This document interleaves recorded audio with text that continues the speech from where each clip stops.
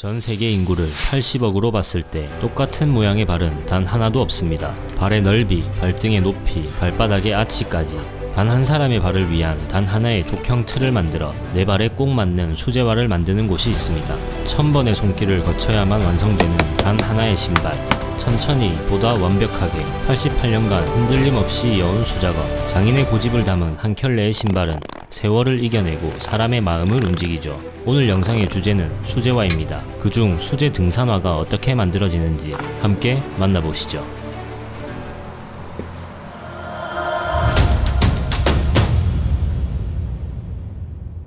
대한민국 서울 을지로에 위치한 송림수제화입니다. 신발 제작에 앞서 가장 먼저 하는 일은 고객의 발 형태를 파악하는 것입니다. 발의 넓이와 길이, 발바닥의 생김새부터 발등의 높이까지 꼼꼼하게 확인해야 합니다. 사람마다 다른 발의 형태는 그 사람이 신을 신발의 형태를 좌우하기 때문이죠. 사이즈 체크가 끝나면 족형 작업이 진행됩니다. 메모리 폼 위에 발을 올려 발 모양을 찍어낸 후 그 위에 석고물을 붓고 굳히면 주문자의 발과 똑같은 족형이 완성됩니다. 전 세계 인구를 80억으로 봤을 때 똑같은 모양의 발은 단 하나도 없기에 수제화 제작에서 이 공정은 아주 중요합니다. 이 데이터를 토대로 주문서를 작성합니다. 석고물을 만들어줍니다.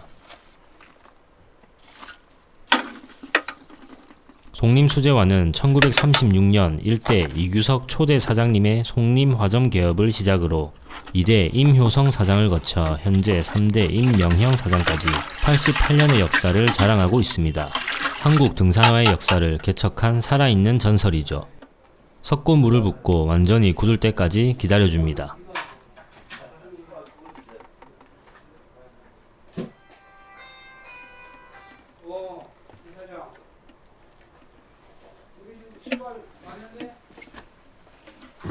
석고가 굳는 동안 깔창을 준비합니다. 이것은 코르크와 접착제의 혼합물로 이 위에 완성된 발 모양의 석고 족형을 올려 발바닥의 형태와 일치하는 모양의 깔창을 제작하는 데 활용됩니다.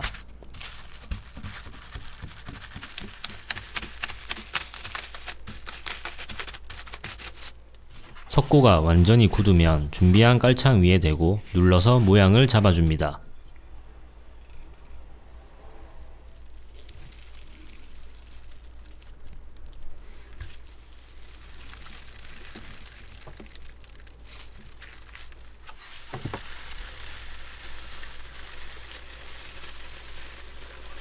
주문자의 발바닥 형태와 일치하는 깔창 제작 준비가 완료되었습니다.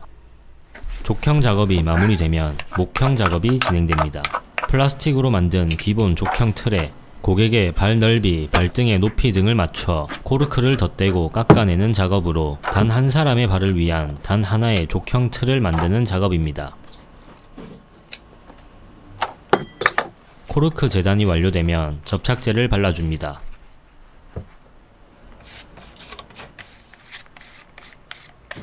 기본 족형 틀에도 접착제를 바르고 이 위에 준비한 코르크를 덧붙여 줍니다.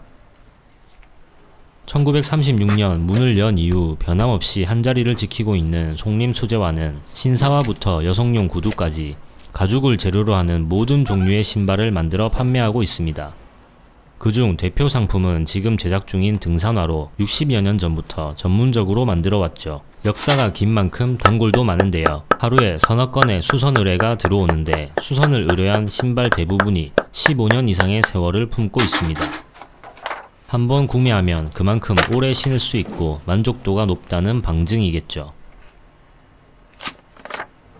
주문서에 기록된 내용과 맞는지 체크하고 모자란 부분은 코르크를 더 붙여줍니다. 지금은 발 넓이가 좀 모자라네요.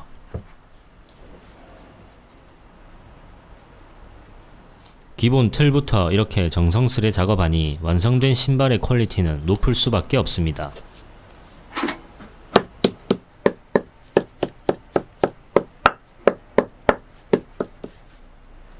한 번 더 체크. 주문서의 사이즈와 일치하면 칼을 이용해 코르크를 다듬어 줍니다.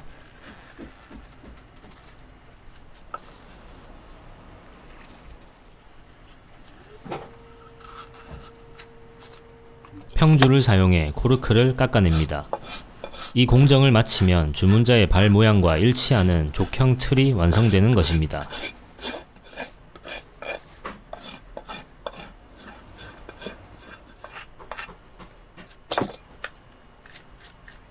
한 번 더 체크. 완벽합니다. 깔창 밑에 덧댈 부분을 재단합니다.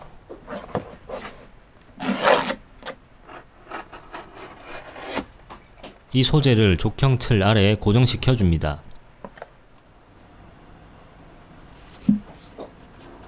다시 떼어내야 하기 때문에 못을 너무 깊게 박지 않고 살짝만 고정시켜 줍니다.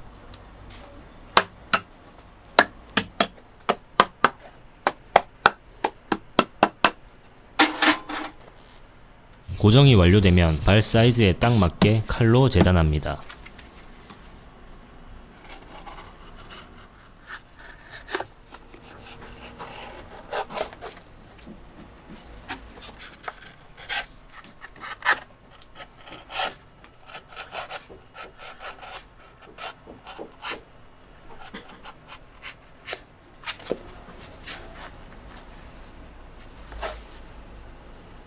재단이 완료되면 족형 틀에서 떼어낸 뒤 미리 준비해둔 깔창과 결합해줍니다.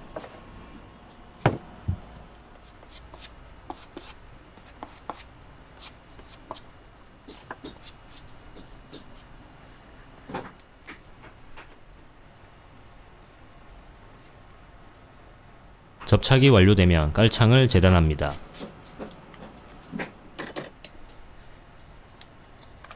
이 공정을 통해 족형 틀에 딱 맞는 깔창이 준비되는 것이죠.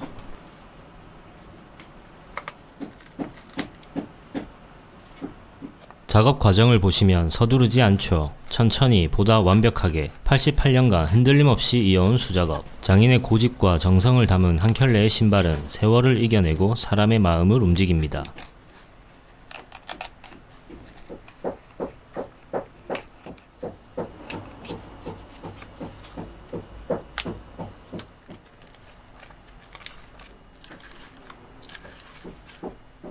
완벽합니다. 이 깔창 위에 천을 덧대면 완성입니다.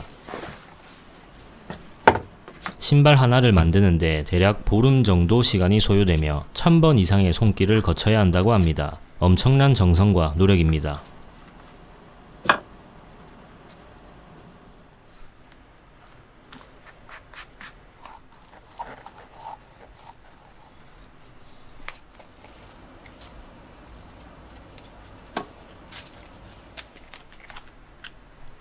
이 위에 한 번 더 천을 덮어줍니다. 영상이 벌써 9분을 향해 달려가는데요. 워낙 공정이 많다 보니 이번 영상의 길이는 꽤 길 것으로 예상됩니다. 최대한 짧고 간결하게 영상을 만들어 보려 했는데 모든 공정 하나하나가 중요하기에 도저히 짧게 만들 방법이 없었습니다. 2배속으로 시청하시는 것도 추천드립니다.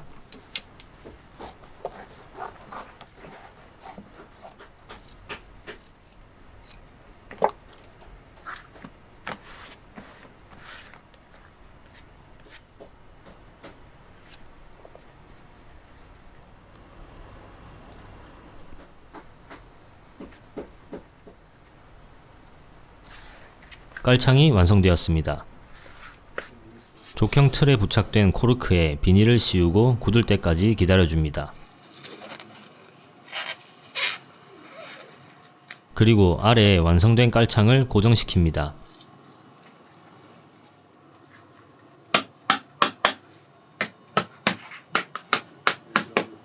목형 작업이 완료되었습니다. 지금부터 패턴 작업이 시작됩니다. 고객의 발 형태에 맞춰 신발의 부위별로 밑그림을 그린 후 패턴을 일일이 손으로 재단합니다. 0.1mm의 오차도 있어선 안됩니다. 미세한 차이에도 착화감이 달라지기 때문이죠. 하나의 신발을 만드는데 몇 가지의 패턴이 들어가는지 여쭤보니 가죽에만 20가지 이상 들어가고 내피까지 다 합치면 셀 수 없을 정도라고 하네요.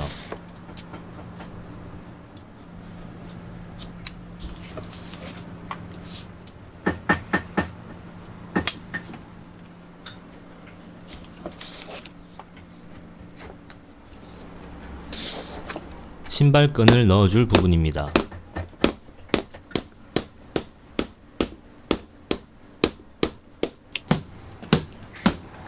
패턴 제작이 완료되면 다양한 소재 재단 작업이 시작됩니다. 먼저 신발의 가장 겉부분인 소가죽입니다. 꼼꼼한 재단을 통해 얻은 착화감과 더불어 속림 수제화에는 또 하나의 기술력이 숨어 있는데요. 이 부분의 디자인은 통으로 만듭니다. 박음질을 최소한으로 줄임으로써 방수성을 좋게 하고 산을 다닐 때 터질 위험을 줄여줍니다.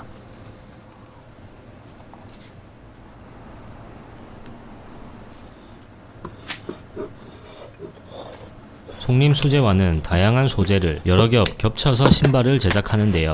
겉부분의 소가죽 외에도 보온과 충격 완화를 위한 특수 소재들과 착화감을 위한 부드러운 다양한 가죽, 방수를 위한 스위스산 원단까지 그 종류도 많고 복잡합니다. 그렇죠. 이게 이제 고어텍스. 비는 물은 막아주고 이제 땀은 밖으로 배출해 준다는 원리죠. 이 수많은 소재를 일일이 손으로 재단하는 인고의 과정을 거치면 가죽과 안감 조각을 하나하나 이어붙이는 재봉 작업에 들어갑니다. 고객의 발을 생각하는 마음이 수많은 소재를 통해 겹겹이 쌓이는 것입니다. 본격적인 재봉 작업 전에 가죽의 접착면을 깎아내는 PR 작업이 진행됩니다.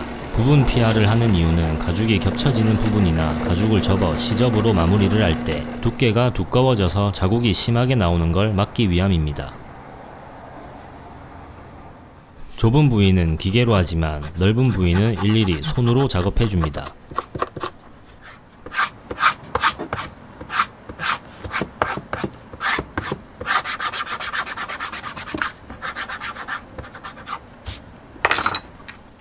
PR 작업이 마무리되면 서로 이어붙이는 작업이 진행됩니다. 먼저 접착제를 골고루 펴 발라줍니다. 이 접착제를 바르는 것도 요령이 필요한데 일정한 두께로 고르게 펴 발라줘야 합니다. 장인이 처음 이곳에 입사했을 당시 접착제 바르는 이 공정만 몇 년을 연습하셨다고 합니다.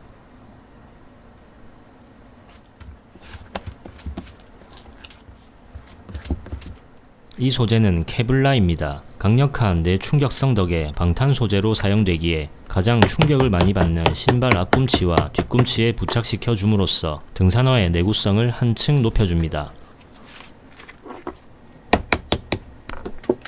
접착제로 1차 고정이 완료되면 재봉틀로 완벽히 고정시켜줍니다. 여기 계신 장인분들은 정면퇴직이 따로 없다고 합니다. 나이 먹어서 일을 못하실 정도가 되면 본인이 알아서 그만두신다고 하셨습니다. 그러다 보니 언제까지 이 공정을 유지할 수 있을지 알 수 없습니다. 일생을 신발 제작에 바쳐온 장인은 기계보다 느릴지언정 기계가 따라올 수 없는 자신만의 노하우를 담아 세상에 한 켤레뿐인 신발을 완성합니다. 일제강점기 시절인 1936년에 문을 열고 지금까지 운영 중인 이곳의 장인들은 평균 경력이 30년 이상이라고 합니다. 수제화 제작의 재봉틀 기술은 아주 중요합니다. 장인의 작업 과정을 보면 빠르고 거침이 없습니다. 등산화는 험난한 산지에서 버텨야 하기에 다른 신발과 재봉 방법도 다릅니다. 자세히 보시면 한 번이 아닌 두 번을 박아줍니다. 실도 두꺼운 것을 사용하는데 일반 신사화에는 두 줄이 꼬인 2합사를 사용하고 등산화에는 3합사를 사용합니다. 아무래도 더 튼튼하겠죠. 여러 개의 원단이 겹쳐 있어 박음질이 쉽지 않지만 그만큼 제품의 퀄리티는 높아집니다. 보통 기성화는 외피부터 내피까지 3-4겹의 원단을 사용하는데 등산화는 내구성을 위해 8에서 9겹의 원단을 사용한다고 합니다. 기르니까 걸려.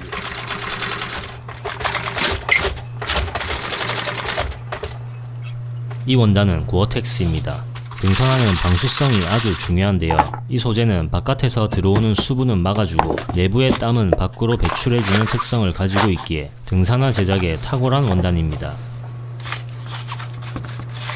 이 소재는 스펀지입니다. 합체된 가죽과 안감 위에 덧대줍니다. 보온성을 높이고 외부의 충격을 완화시켜줍니다. 우리가 봤을 때는 충분히 이 사이즈를 해야 되는데 그 사람은 크대 막 이 정도 작게 해달래. 우리가 봤을 때는 그만 발가락이 여기까지 나오거든.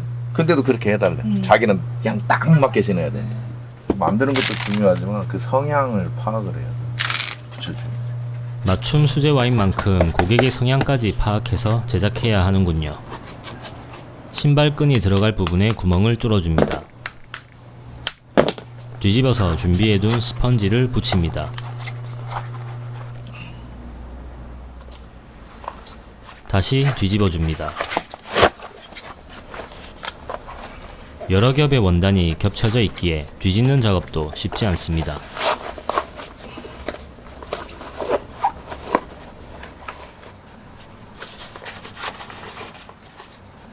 내부에 접착제로 고정해둔 소재를 다시 박음질로 완벽하게 고정합니다.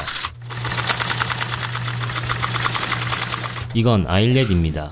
신발끈 구멍에 끼워주는 금속성 소재로 신발끈을 고정해주는 부품입니다. 이것도 하나하나 손으로 넣어줍니다.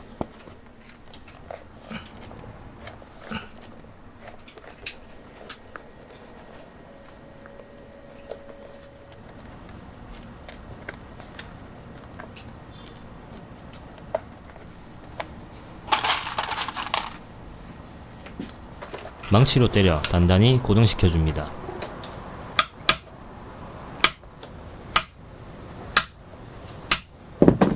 문제가 있는지 체크 후 하자가 발견되지 않으면 가피 제작이 완료됩니다.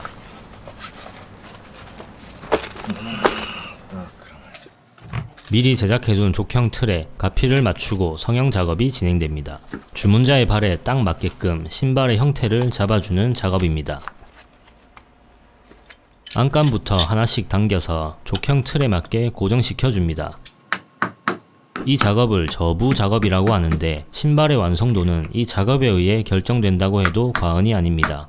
가피만 있는 상태에서는 고객의 발이 좁은지 넓은지 알 수가 없습니다.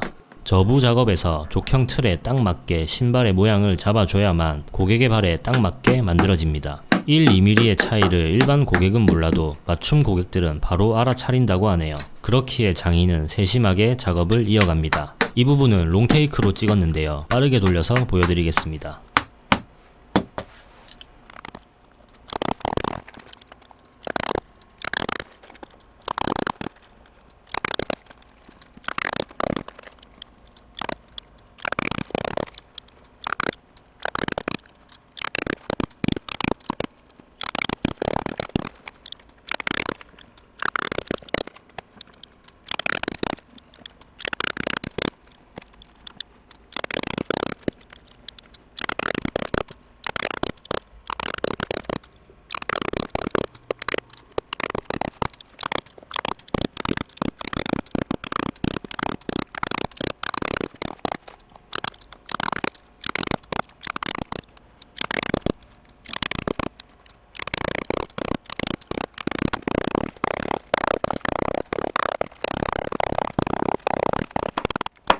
완벽합니다. 이 상태로 가죽의 모양이 잡힐 수 있게 기다려줍니다. 가죽의 형태가 잡히면 족형 틀을 다시 빼줍니다. 공들여 작업했는데 다시 다 뜯어내는 모습을 보니 뭔가 아깝다는 생각이 들었습니다.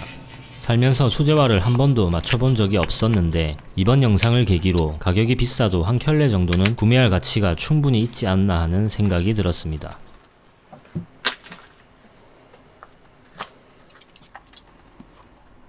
신발 밑창에 보강제를 덧대고 다림질을 통해 고정시켜줍니다.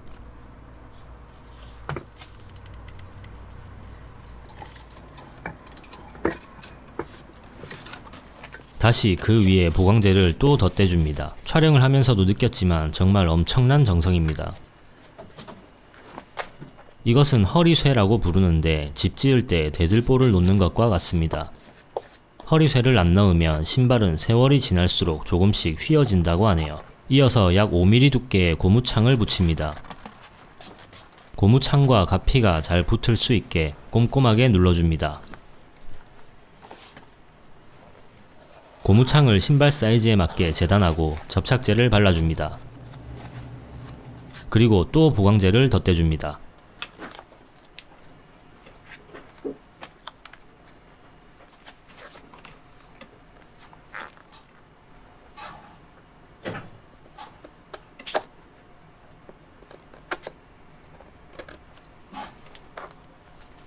이 작업이 마무리되면 인내의 손바느질이 시작됩니다.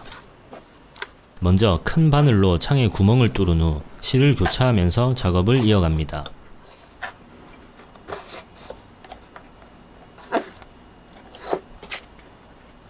간격을 잘 맞춰야 하고 실이 일정한 텐션으로 들어갈 수 있게 힘 조절이 중요하기 때문에 숙련된 장인만 할 수 있는 고난이도의 작업이라고 하네요. 이렇게 한 켤레의 신발을 손바느질 하는데 3시간 이상 걸립니다.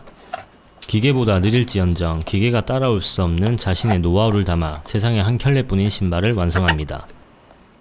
1차 손바느질이 완료되면 칼로 창을 다듬어 줍니다.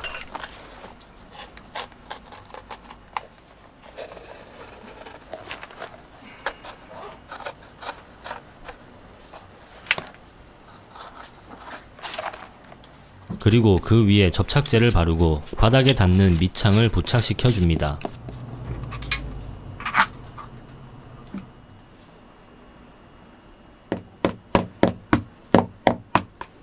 칼로 다시 한번 다듬어주고 2차 손바느질이 시작됩니다.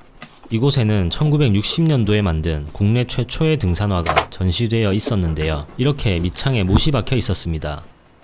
예전에는 접착제가 없어서 찹쌀풀로 붙였기 때문에 실로 꿰매도 내구성이 부족해서 못을 박은 것이라고 하네요. 찹쌀풀이라니 신기합니다. 손바느질이 완료되었습니다. 족형 틀을 제거하고 그라인더로 밑창을 다듬어주면 모든 공정이 마무리됩니다.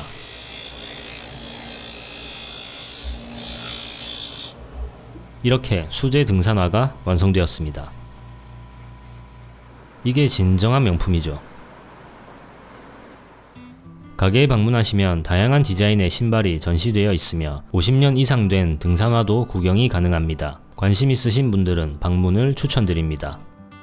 역사가 오래된 만큼 다양한 산업회에서 받은 수많은 편지들도 다 보관 중이셨는데 그중 하나만 소개해 드리겠습니다. 안녕하십니까. 저는 9일 울산 현대공고 오비산악회 난가파르밭 원정대장 이동원입니다. 비록 등정은 실패했지만 후회하진 않습니다. 조그마한 아쉬움이 한 가지 있다면 제가 등반을 성공하여 속림제화에서 만든 이중화의 탁월성을 전국 산악인들께 알리지 못한 점입니다. 가죽 이중화가 플라스틱 이중화보다는 조금 무거운 점은 있지만 방수, 방습, 통풍, 착용감은 플라스틱보다 우수하다고 서울 은정 산악회 팀과 많은 산악인들이 입을 모았습니다. 속림의 가죽 이중화에 자부심을 느낍니다. 산악인의 한 사람으로서 항상 편안하고 질긴 그리고 변형 없는 신발을 신기를 원해왔습니다. 계속적으로 좋은 신발, 편안한 신발을 만들어 주시리라 믿습니다. 속림제화의 앞날에 무궁한 발전과 산악인들의 끝없는 동반자가 되어 주시길 진심으로 기원합니다. 항상 건강하시고 새해 복 많이 받으십시오. 감사합니다. 울산 현대공고 오비산악회 이동원 드림. 시청해주셔서 감사합니다. 1967년 부산 이광조 대표의 국내 최초 야구글러브 공장 설립을 시작으로 대한민국 야구글러브의 역사는 시작되었습니다. 그가 세상을 떠난 후 중국 제조업 약진, IMF 금융위기, 코로나19 등으로 고난의 시간이 있었지만 세계 인류 야구글러브 제조를 향한 이광조 대표의 유지를 받드는 유족과 10대에 입사하여 작년에 장인으로 성장한 사원은 김해 산업사 가족이 되어 반세기 이상의 시간이 흐른 지금도 대한민국 야구글러브 산업 맥맥을 잇는 외길을 걷고 있습니다. 1991년 김해 산업사 가족들은 고 이광조 대표의 야구글러브 사랑과 장인 정신을 담은 조일이 브랜드를 런칭하여 명품 수제 글러브 생산을 위해 노력하고 있습니다. 오늘 영상의 주제는 야구글러브입니다. 류현진 선수도 사용한 조일이 글러브가 어떻게 만들어지는지 함께 만나보시죠.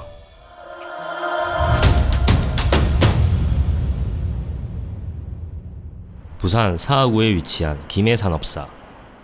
야구글러브는 고급 소가죽으로 제작됩니다. 소 한 마리에서 나온 2장의 가죽으로 3, 4개 정도의 글러브 제작이 가능합니다. 첫 공정은 소가죽 재단입니다. 디자인별로 제작된 금형 틀을 이용해 가죽을 조각조각 재단해줍니다. 촬영을 하면서 대충 세어봤는데 30개 이상의 금형 틀이 사용됐습니다. 이 밑에 더 있습니다. 먼저 흰색 소가죽을 재단합니다. 오늘 제작할 글러브는 흰색과 파란색 가죽의 조합으로 만들 예정입니다.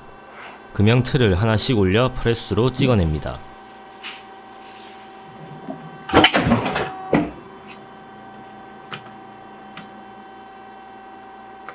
가죽의 손실을 최대한 줄이기 위해 금형 틀의 위치를 잘 잡아줘야 합니다.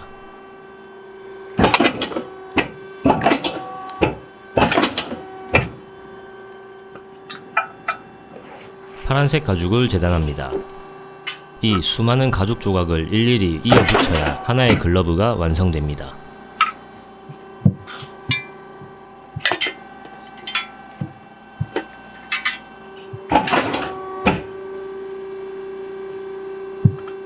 가죽 재단이 완료되었습니다. 이건 강화 플라스틱입니다. 엄지손가락과 새끼손가락 부분에 넣어줌으로써 손가락이 꺾이는 걸 방지해줍니다. 다음으로 펠트 재단이 시작됩니다. 펠트는 화학물질을 첨가하지 않고 생산한 양모로 흡음, 연마, 난연, 충격 흡수에 뛰어나 다양한 가공을 거쳐 항공기, 자동차, 선박 등 여러 산업 분야에 사용됩니다. 충격을 흡수하는 능력이 탁월하기 때문에 손으로 전달되는 야구공의 충격을 줄여줍니다. 재단 작업이 완료되었습니다. 가죽에 로고를 새기는 작업이 진행됩니다. 제품의 모델명, 시리얼 넘버 등이 새겨집니다. 제품의 외관을 결정하는 중요한 작업이기에 숙련된 기술이 요구됩니다. 만약 실수로 문제가 발생하게 되면 아까운 가죽을 폐기해야 합니다. 일정한 압력으로 일정 시간 눌러줍니다. 완벽합니다. 조이리의 상징인 로고도 새겨줍니다.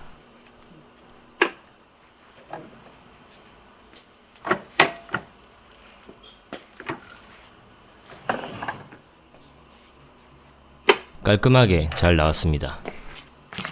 글러브에는 여러 종류가 있습니다. 포수용 미트, 유격수, 삼루수, 외야수 등이 있는데 지금 제작하는 제품은 외야수 글러브입니다. 그중 선수들이 사용하는 최고 등급인 프로페셔널 모델입니다.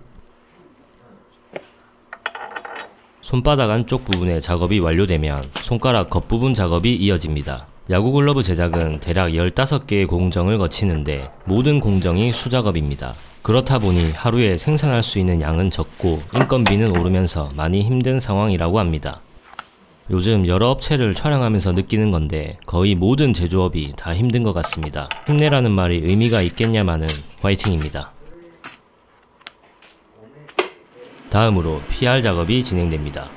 가죽은 사용되는 부위에 따라 두께가 다른데요. 글러브 겉면에 있는 손가락 부분은 약간 두껍고 글러브 안쪽에 들어가는 내피 소재는 얇으며 공이 많이 부딪히는 포구면이 가장 두껍습니다.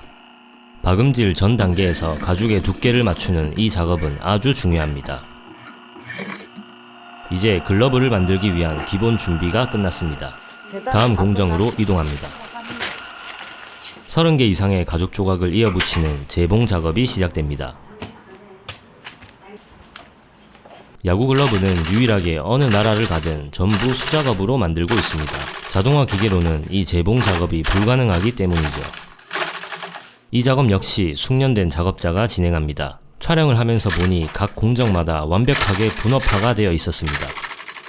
한 사람이 여러 공정을 쳐내다 보면 실수가 있기 마련인데 완벽한 분업화를 통해 각 공정의 숙련도가 높은 장인들이 만들기에 제품의 품질이 좋은 것이겠죠.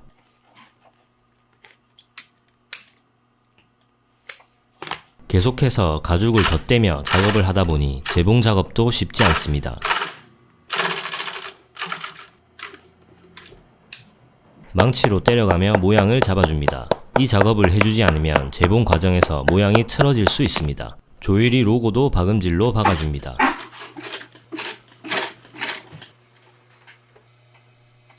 재봉 작업은 계속 이어집니다. 지금 작업하는 부분은 글러브의 외피 부분이기에 가죽의 두께가 두껍습니다. 그래서 천천히 박음질을 진행합니다.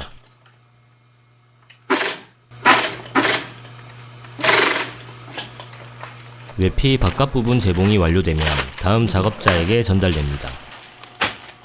전체적으로 한번 다듬어 줍니다. 외피의 겉부분과 속부분을 결합합니다. 계속해서 가죽을 덧대며 작업을 하다 보니 재봉 작업은 쉽지 않습니다. 한 번에 쭉 밀지 않고 조금씩 섬세하게 작업을 이어갑니다.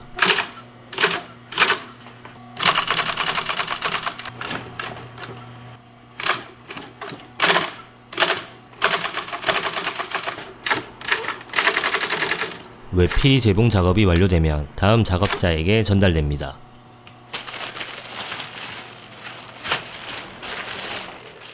외피의 모양을 잡아줘야 합니다. 각 구멍의 크기에 맞는 틀에 끼우고 망치로 두드려가며 가죽이 매끈하게 펴지도록 모양을 잡아줍니다. 이 과정을 통해 재봉 과정에서 뭉쳐있던 가죽이 매끈하게 펴지게 됩니다.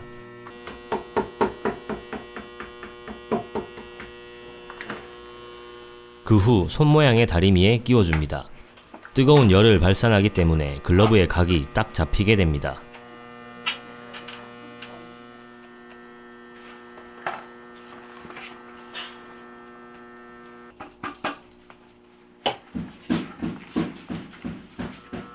몇 시간 뒤 손모양의 다리미에서 빼주면 글러브의 외피는 완성됩니다.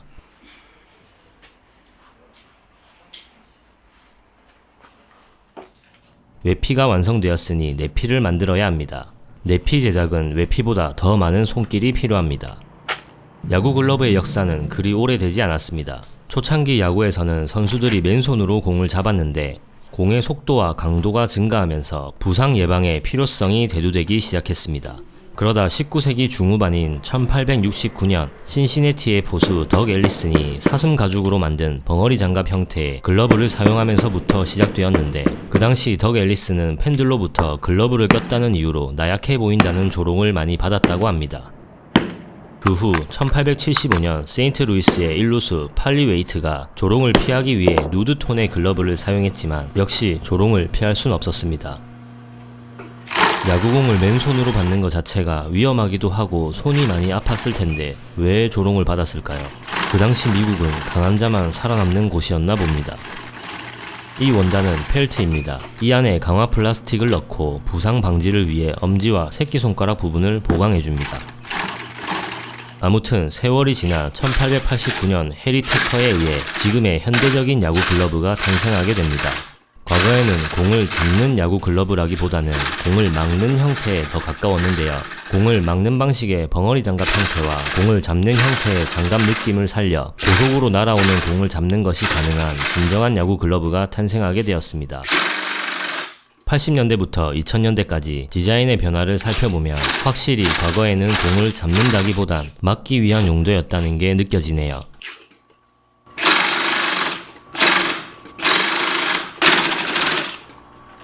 내피 제작이 완료되었습니다. 이제 외피와 내피를 결합해야 합니다. 외피 내부에 접착제를 발라줍니다.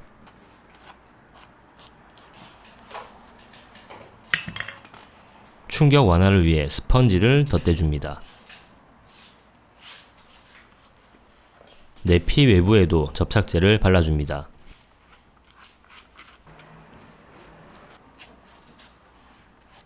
결합 준비가 완료되면 내피를 틀에 끼우고 외피를 위에서 아래로 밀어 넣어줍니다.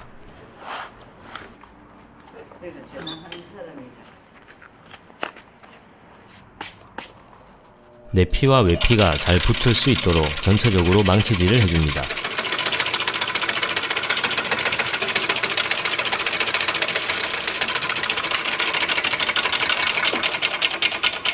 전체적으로 한번 다듬어줍니다.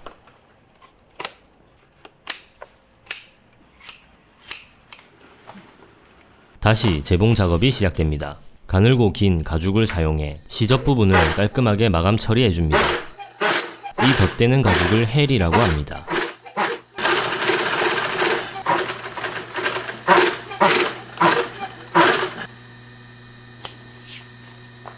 작업이 완료되면 뒤집어서 다시 전체적으로 박음질 해줍니다.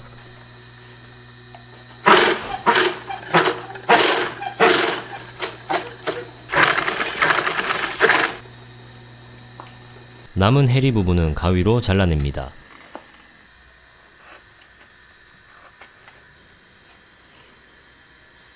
다음 공정으로 이동합니다.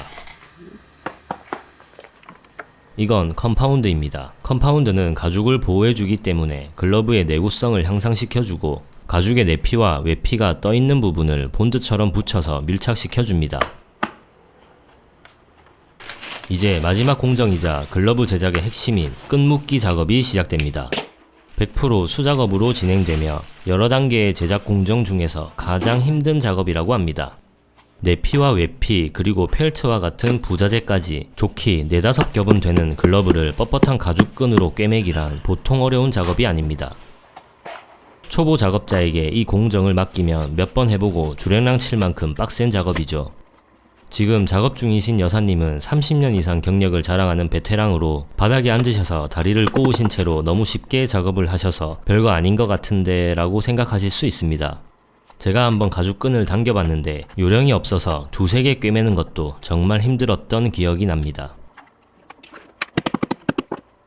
이곳 김해산업사는 1967년 부산 엄궁동에서 고 이광조 대표의 한국 최초 야구 글러브 공장 설립을 시작으로 대한민국 글러브의 역사를 쓰고 있습니다. 세계 인류 야구 글러브 제조를 향한 고 이광조 대표의 유지를 받드는 유족과 10대에 입사하여 작년에 장인으로 성장한 사원들은 김해산업사의 가족이 되어 반세기 이상의 시간이 흐른 지금도 대한민국 야구 글러브 산업의 명맥을 잇는 외길을 걷고 있죠. 1991년 조일이 브랜드를 런칭하여 대한민국 최고 명품 수제 야구 글러브 생산을 위해 노력하고 있습니다. 품질 제일주의 원칙을 고수하는 장인들의 30년 손길은 조일이 글러브가 대한민국 야구인이 인정하는 대표 수제 글러브로 자리매김하게 하였습니다. 날아오는 백구와 함께 고객이 느끼는 감동은 찰나의 손끝 전율이 아닌 장인의 땀과 혼이 만들어낸 역사와 시간입니다. 조일이 글러브에 많은 관심 부탁드립니다. 1차 끈묶기 작업이 완료되면 망치질로 모양을 한번 잡아줍니다.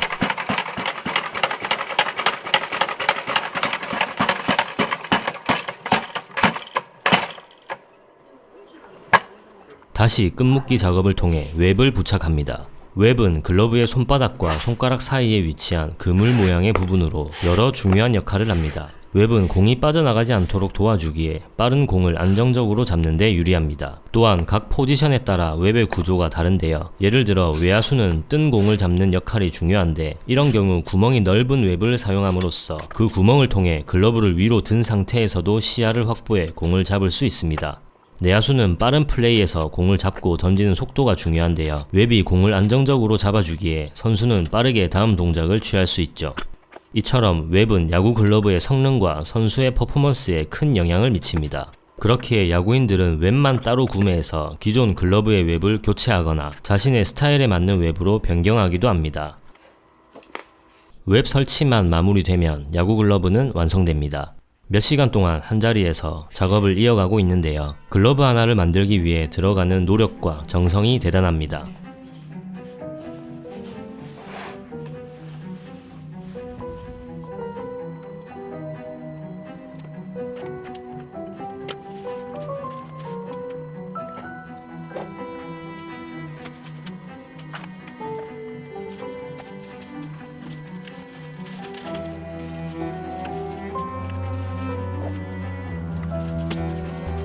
드디어 끈묶기 작업이 완료되었습니다.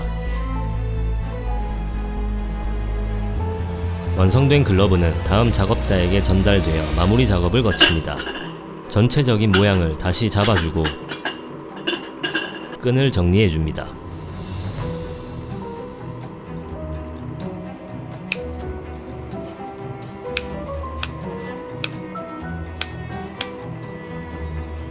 가죽에 열을 가해 글러브의 모양을 잡아줍니다.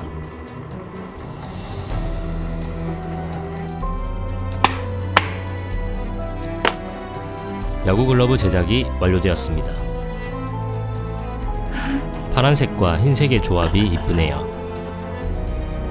김해산업사의 이름과 정신은 55년간 계속되어 왔으며 지금 이 시간에도 이어지고 있습니다. 흘러간 시간을 간직한 바뀌지 않은 것들이 조일이의 품질과 자신감을 말해주며 능숙한 장인의 숨결이 담긴 제품은 오늘도 고집스럽게 그 정신을 이어가고 있습니다. 젊은 시절의 류현진 선수입니다. 시청해주셔서 감사합니다. 14살 때 망치를 처음 든 이후 중학교도 가지 않고 지금까지 일생을 대장간에 바쳐온 전만배 대표. 그만큼 그가 만들어내는 것은 단순한 제품을 넘어 작품으로 평가받고 있습니다. 그가 칼 장인으로 널리 알려지자 2008년 독일에서 스카우트 제의가 왔었다고 합니다. 제시 금액은 무려 18억. 대신 전만배 대표의 모든 기술을 넘기고 그 기술을 바탕으로 체인 사업을 벌인다고 했죠.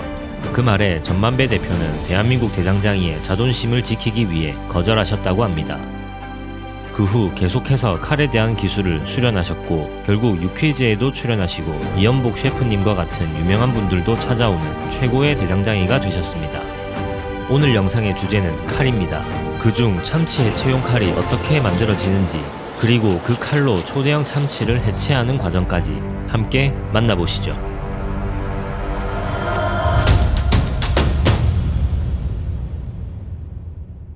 대전시 서구 용계동에 위치한 한밭 대장간입니다. 첫 공정은 가마에 불을 떼기 위한 나무 절단 작업입니다. 전만배 대표의 집안은 현재 4대째 무려 107년간 불씨를 잇는 대장간 가문인데요. 1대 조부님께서 충남 부여에서 대장간을 운영하셨고 2대 부친께서는 전국구로 활동하셨으며 현재 영상에 출연 중이신 전만배 대표님이 3대째 대전에서 한밭 대장간을 운영 중이시고 아드님이 서울 노량진에서 4대째 가업을 이어가고 계십니다. 가마에 불을 붙입니다. 54년째 대장장이 일을 해오신 전만배 대표님은 14살 때부터 이 일을 해오셨는데요. 중학교도 가지 않고 지금까지 일생을 대장간에 바치셨죠.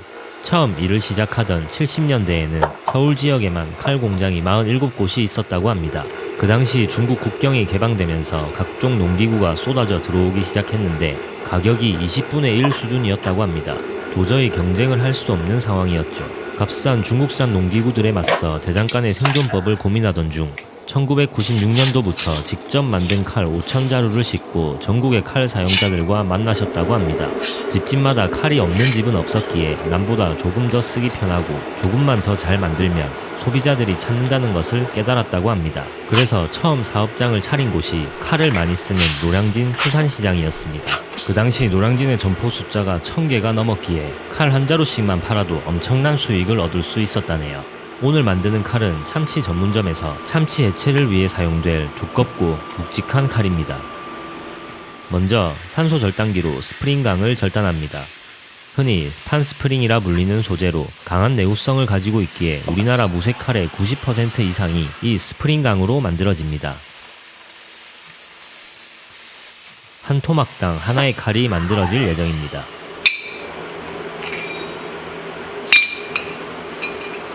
강철을 달구는 온도는 500에서 600도 사이입니다. 그 이상을 넘기면 재료가 녹을 수 있습니다. 이 기계는 한마라고 부릅니다. 과거에는 매질꾼이라는 작업자가 직접 망치질을 해야 했기에 생산성이 떨어졌는데 매질꾼 2명이 두드려주는 효과를 내는 이 한마 기계 덕분에 생산성이 많이 높아졌다고 합니다. 충분히 달궈진 소재를 한마로 두드려 펴줍니다.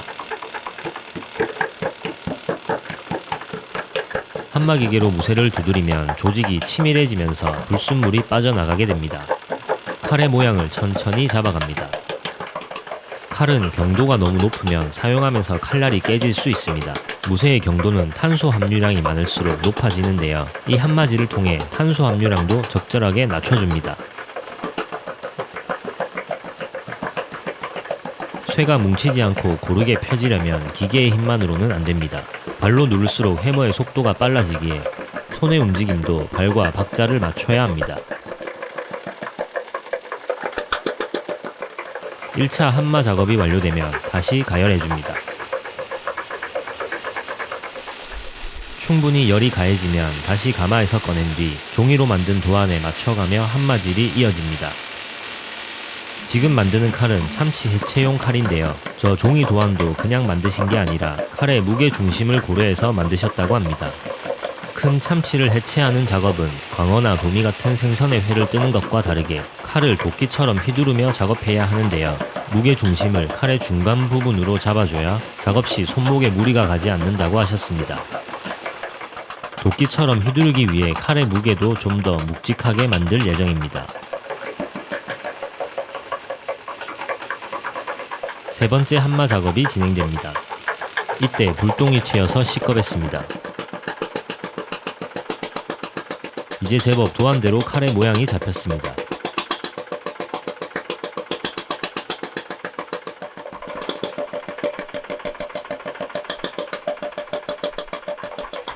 완벽합니다. 한마 작업이 완료되었습니다.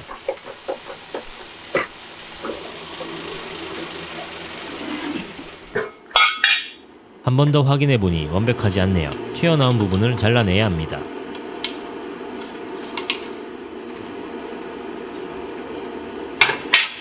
가마에 넣고 다시 가열해줍니다. 저 튀어나온 부분을 어떻게 잘라낼지 궁금했는데 충분히 열을 가해 부드러워진 무쇠를 손작두를 활용해 마치 종이처럼 잘라냈습니다. 이렇게 말이죠. 예상보다 너무 잘 잘려서 놀랬던 기억이 나네요.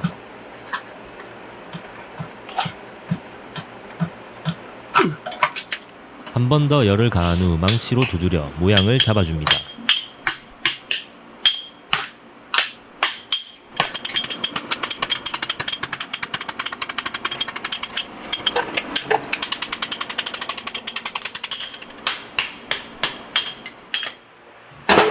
완벽합니다.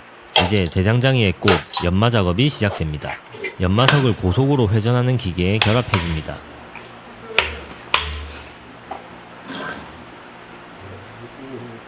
칼 제작의 핵심 기술은 연마입니다.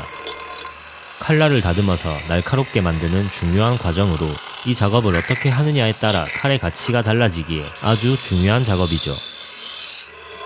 연마 작업은 단순 노동이 아닙니다. 크게 초벌, 중벌, 재벌, 마무리, 정밀 연마의 5단계로 나뉘고 마지막 단계인 정밀 연마만도 다시 대여섯 단계를 거쳐야 합니다. 더 고급 칼을 만들려면 그 단계는 배로 늘어납니다. 영상에서는 크게 티가 나지 않는 관계로 연마 작업은 빠르게 편집하겠습니다. 연마 작업이 끝나면 열 처리 작업이 진행됩니다. 가마에 넣고 다시 열을 가해줍니다. 칼날 부분에 집중적으로 열을 가합니다. 기름에 담궈 열 처리합니다. 강철은 물로 급속 냉각하면 너무 강해지기 때문에 쓰다 보면 잘 부서질 수 있다고 합니다. 적당한 경도를 유지하는 것도 중요합니다. 열 처리 작업이 완료되었습니다. 칼에 나무 손잡이를 달아줍니다. 드릴로 나무에 구멍을 뚫어줍니다.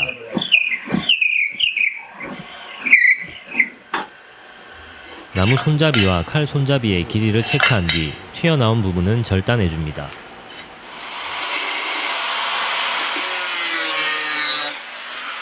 나무 손잡이를 끼우기 전에 칼 손잡이 끝부분을 가열합니다.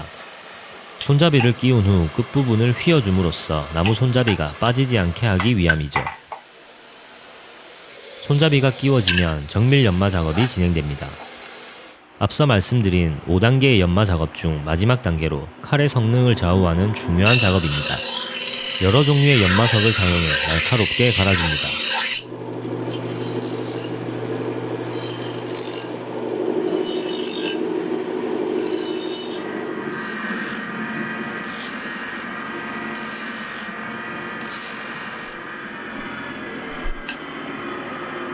드디어 참치 해체용 칼이 완성되었습니다. 이게 어느 정도 투박한 모양에 어울리지 않게 엄청 날카롭습니다. 하지만 이것만 가지고는 조금 아쉽죠. 그래서 대표님께 특별히 요청드렸습니다. 이 칼을 주문해주신 참치 전문점으로 이동합니다. 참치가 도착했습니다.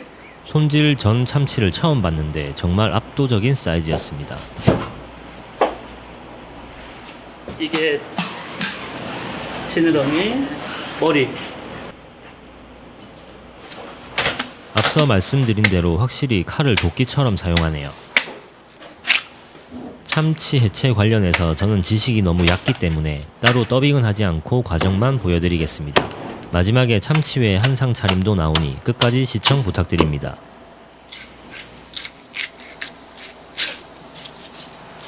네.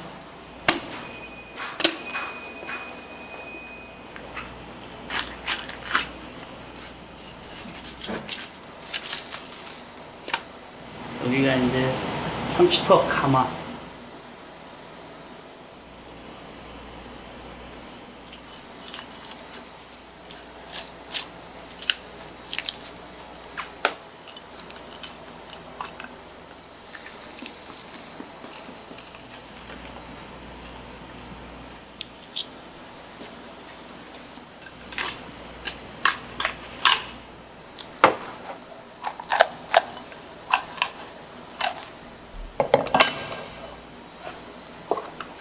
뱃살.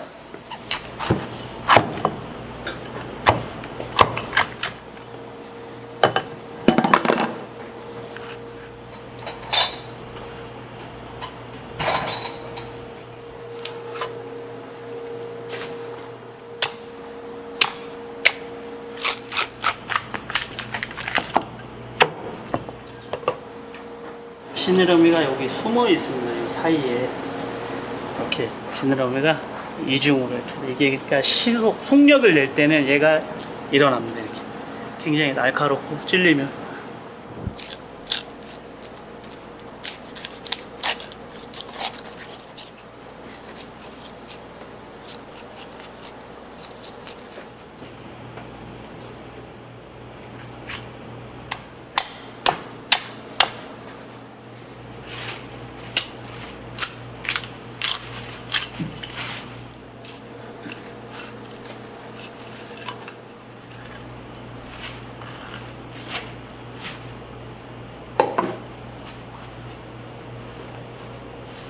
등쪽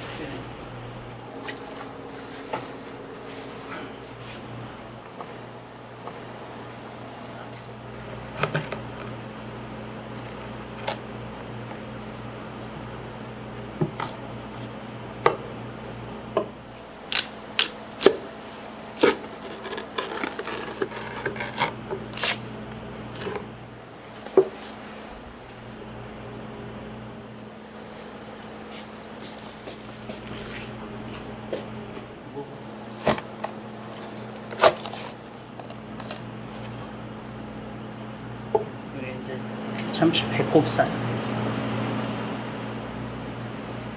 뱃살 쪽 막, 형막 제거하겠습니다.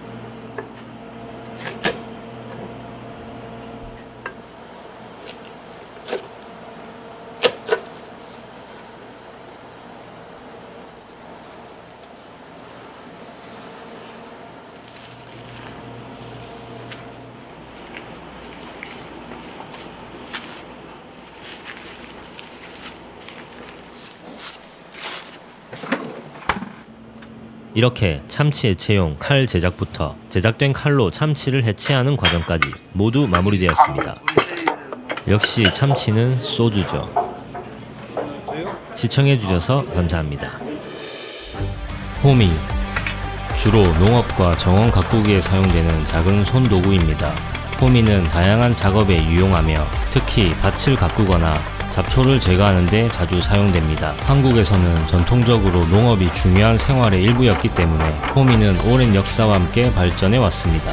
미국 최대 온라인몰 아마존의 원예 부문 베스트 상품 탑10에 어느 날 낯익은 물건의 이름이 올라왔습니다. 그것은 바로 호미였죠. 호미는 30도 정도 휜 날카로운 날을 가지고 있어 정원의 식물을 베고 정리하기에 매우 편리합니다. 전천 후 쓰임새가 많은 호미를 경험한 외국인들의 입소문이 이어졌고 그 결과 아마존 원예용품 베스트 탑10에 오르는 돌풍을 일으킨 것입니다. 오늘 영상의 주제는 호미입니다. 호미가 어떻게 만들어지는지 함께 만나보시죠. 거의 비슷비슷하죠? 다.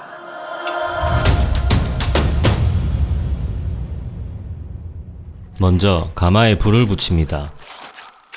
호미는 철을 두드려서 모양을 잡아야 하는데요. 이 단조 과정을 위해선 철을 고온에 녹여 부드럽게 만들어줘야 합니다. 가마의 온도는 1000도에 육박합니다. 이 온도를 유지하기 위해서 베트남산 최상급 숯을 사용합니다. 온도가 올라갈 때까지 기다려줍니다. 기다리는 동안 호미의 원소재인 철근을 적당한 사이즈로 절단합니다.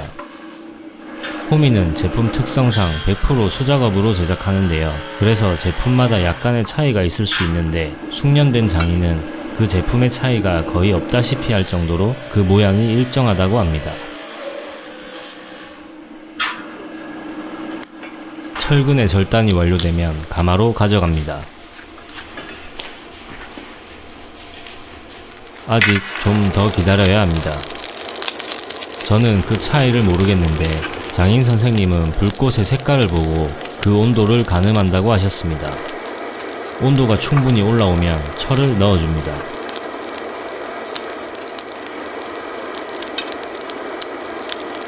철이 충분히 가열될 때까지 기다려줍니다. 얘는 배가 볼록해. 얘는 평평하고. 단조 작업에 사용될 해머입니다. 첫 작업은 평평한 해머가 사용됩니다. 해머를 기계와 결합시킵니다. 이 기계는 장인 선생님께서 직접 제작하셨다고 합니다. 대단하시죠?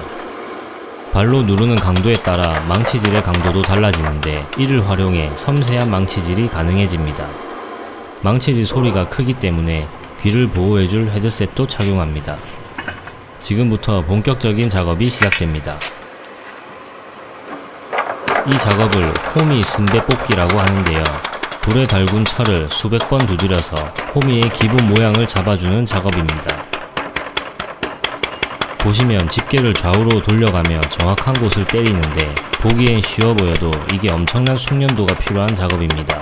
너무 세게 때리면 움푹 패어버리기 때문에 발로 망치질의 강도를 조절하며 정확하게 때려줘야 합니다. 짧았던 철근 조각이 이렇게 길게 뽑혔습니다.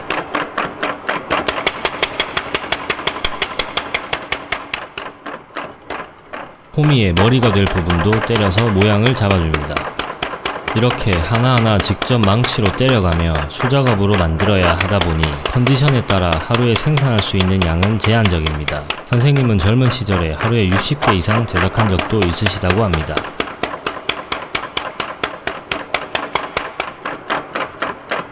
한 개 완료. 두 번째 작업이 시작됩니다. 이번엔 빠르게 돌려서 보여드리겠습니다. 잠시 집중해서 보시죠.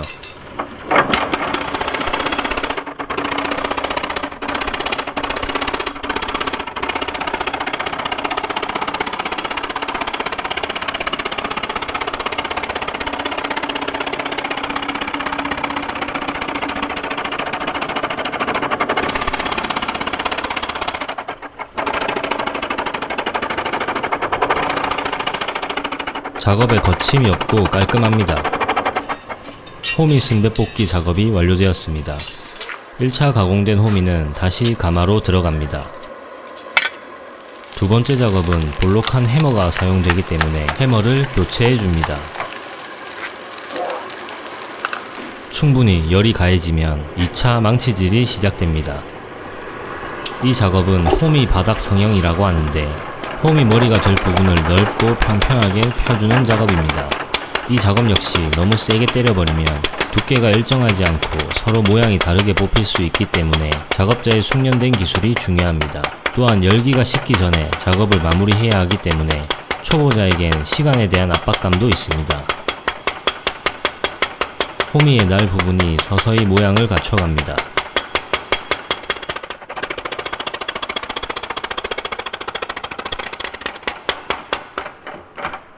2차 가공 작업도 완료되었습니다. 다음 작업이 바로 이어집니다. 보시면 호미의 날 부분이 울퉁불퉁한데요. 이 울퉁불퉁한 겉부분을 프레스로 절단해줘야 합니다. 프레스 머신을 작동시킵니다. 지금은 프레스 머신으로 이 작업을 하지만 예전에는 다시 철을 달궈서 수동 재단기로 이렇게 직접 하나하나 잘라냈다고 합니다.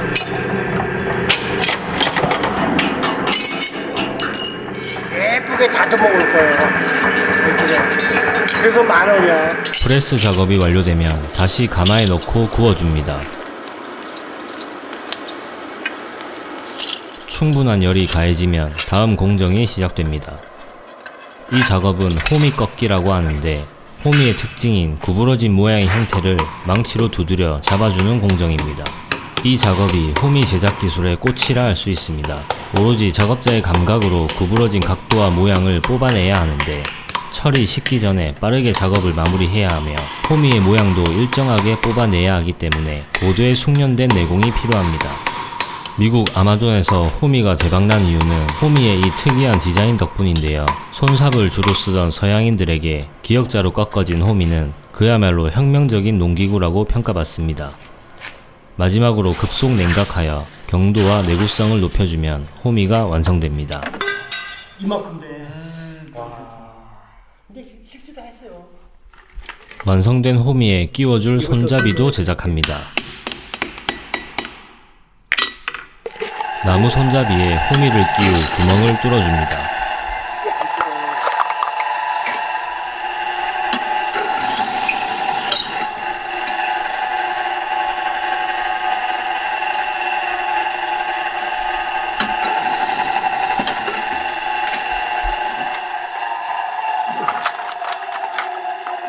손잡이는 완성되었고 이제 호미를 끼워주면 작업이 끝납니다.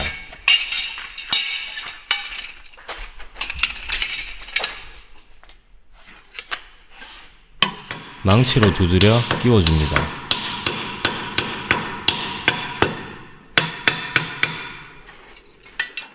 다 그냥 거의 비슷비슷하죠.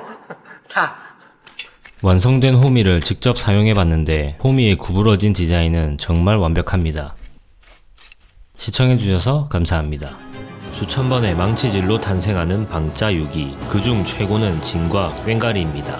유기 중 악기는 제작 과정이 까다롭기로 유명한데요. 정형화된 틀에 넣어 만드는 주물 유기와 달리 방짜 유기는 합금된 노쇠를 불에 달궈 수천 번의 매질을 되풀이해 얇게 늘려가며 서서히 형태를 잡아야 하기에 인고의 작품이라 할 수 있습니다.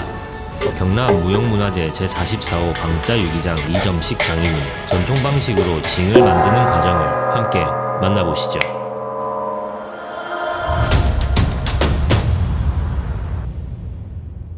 경남 함양에 위치한 작업장.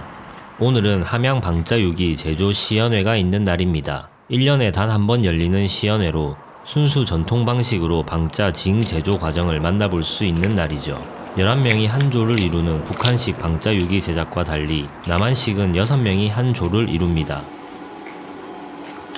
전통 방식의 작업장인 만큼 내부 분위기도 뭔가 달랐습니다. 먼저 숯을 준비합니다. 지금 소나무 숯을 만드는 데가 없어요, 우리나라에. 1톤 정도 하면은 한 가격이 지금 한 1,000만 원 정도 들어요. 소나무 숯을 주문 제작하려고. 숯이 준비되면 용해로에 불을 피워줍니다. 지금 영상에 나오는 젊은 분은 함양 방짜유기 전수생 이상훈님인데요. 이점식 방짜유기장의 아드님이십니다. 10년째 방짜유기의 명맥을 이어가기 위해 노력하고 계시죠. 이점식 장인 역시 부친인 이용구 옹으로부터 유기 제조 방법을 배워 40년간 맥을 이어오고 계신데요. 이제 아들이 전통 기술의 명맥을 이어받아 한국의 멋을 지키고 함양 방짜유기의 새 얼굴이 될 것입니다. 용해로의 불씨가 피어오르면 숯을 넣어줍니다. 유기 제품을 만들기 위해선 1300도 이상의 열기가 필요하다고 합니다. 용해로가 충분히 가열되는 동안 유기를 만들기 위한 소재를 준비합니다. 유기는 구리와 주석을 78대 22의 비율로 녹여서 만든 합금으로 만듭니다. 미리 제작해둔 합금을 깨서 무게를 재고 정해진 용량에 맞게 도가니에 넣어줍니다.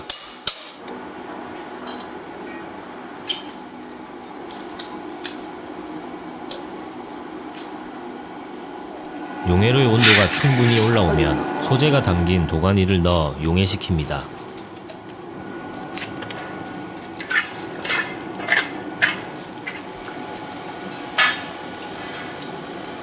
이제 녹을 때까지 기다려줍니다.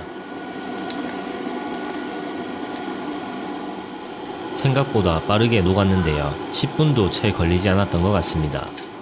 용해된 쇳물이 담긴 도가니를 들어 물돌 위에 부어줍니다.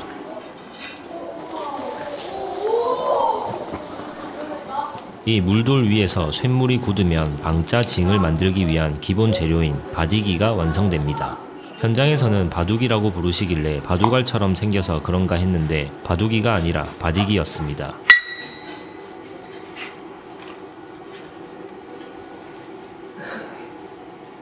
이제 다음 공정인 뉘핌질이 시작됩니다. 뉘핌질이란 열을 가해 부드러워진 바디기를 얇고 넓게 펴는 작업으로 많은 시간이 소요되는 고된 작업입니다. 작업을 진두지휘하는 대정과 불을 지피는 불매꾼, 망치질을 하는 매질꾼 6명이 한 조가 되어 한 몸처럼 움직여야 합니다. 바디기가 선홍빛으로 변할 때까지 가열합니다. 충분히 가열되면 본격적인 망치질이 시작됩니다.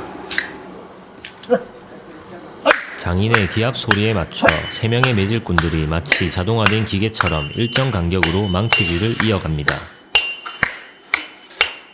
불에서 나온 바디기는 급격하게 식어가기 때문에 매질을 할 수 있는 시간이 길지 않습니다.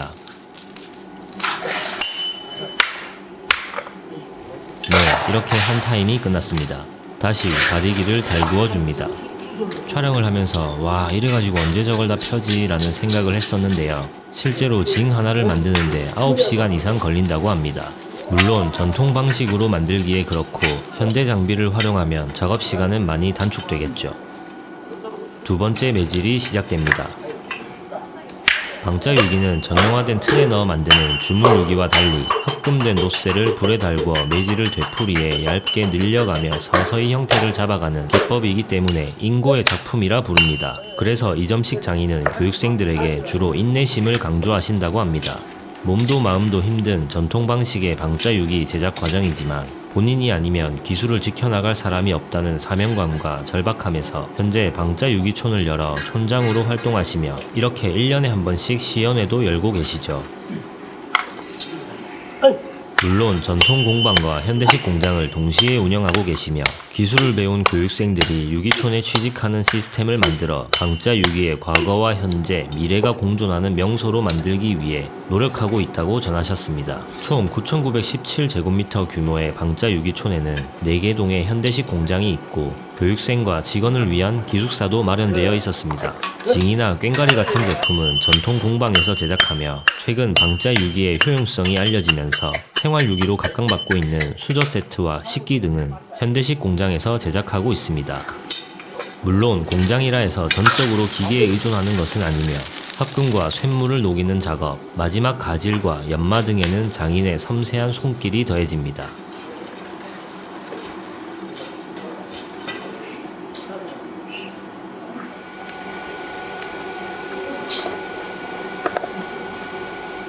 이제 조금씩 바디기가 징의 형태를 띠기 시작합니다. 인고의 뉘핌질이 완료되면 우김질이 시작됩니다. 2장의 바디기를 겹친 후 매질을 통해 모양을 잡아갑니다. 이렇게 작업하면 쇠가 빨리 식지 않아 제작량을 늘릴 수 있어 효율적이라고 합니다. 한 장씩 작업하면 세심한 매질이 가능하지만 작업량이 제한적이기 때문에 징을 만들 때는 2-3장을 겹쳐서 작업합니다. 우김질이 끝나면 겹쳐진 바디기를 분리한 뒤 닥침질이 시작됩니다. 형태가 우그러진 기물을 불에 잘 달궈 각자의 매로 치고 당겨서 완제품 모양에 가까운 형태의 넓이와 높이로 늘리는 작업입니다.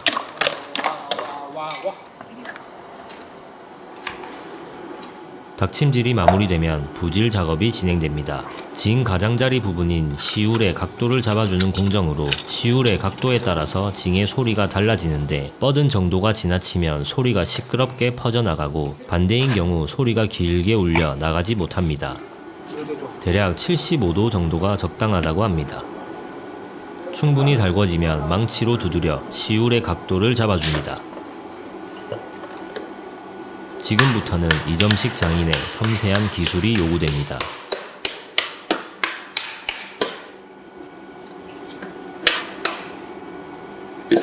이 부질 작업을 수차례 반복하다 보면 징의 시울 부분이 매끄럽게 펴집니다. 뜨거운 열기와 싸우며 계속되는 망치질은 작업자의 인내와 한계를 시험합니다. 부질 작업이 마무리되면 담금질이 시작됩니다. 뜨겁게 달궈진 쇠를 찬물에 담금질하면 단단한 쇠가 유연하게 풀린다고 하네요.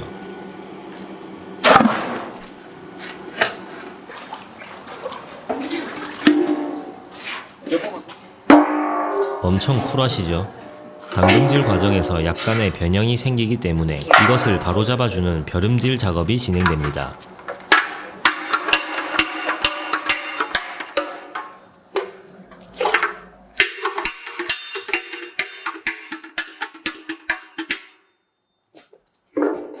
벼름질 작업이 마무리되면 푸두름 잡기가 시작됩니다. 좋은 징소리는 황소의 울음소리와 유사하다고 합니다. 황소의 울음소리는 어떤 느낌인지 여쭤보니 웅웅하며 무겁고 웅장하게 트이는 소리가 굴곡을 그리며 길게 뻗다가 끝을 부드럽게 채며 하늘로 사라지는 소리라고 표현하셨습니다. 뭔가 어렵죠? 마지막에 그 소리를 들려드리겠습니다. 푸두름 잡기는 순전히 장인의 감각에 의지합니다. 장인의 부친이신 이용구 선생님은 경남 무형문화재 제14호 징장이셨는데요. 아버지로부터 내려온 기술과 40년간 쌓아온 이점식 장인의 기술이 더해져 누구도 따라올 수 없는 섬세함을 자랑합니다. 보기엔 그냥 막 때리는 것 같아도 망치로 때리는 소리와 손의 감각으로 징의 소리를 잡아갑니다.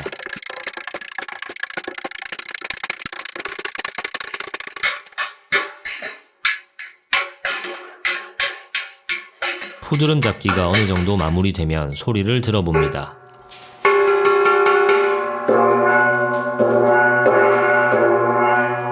뭔가 애매하죠? 완성된 징의 소리는 차원이 다릅니다.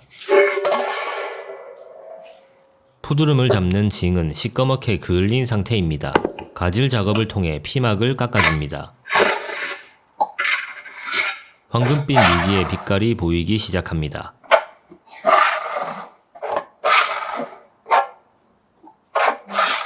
이 장비는 전통 방식 그대로의 모습인데요. 박물관에 있어야 할 것 같은 외관이 인상적이었습니다.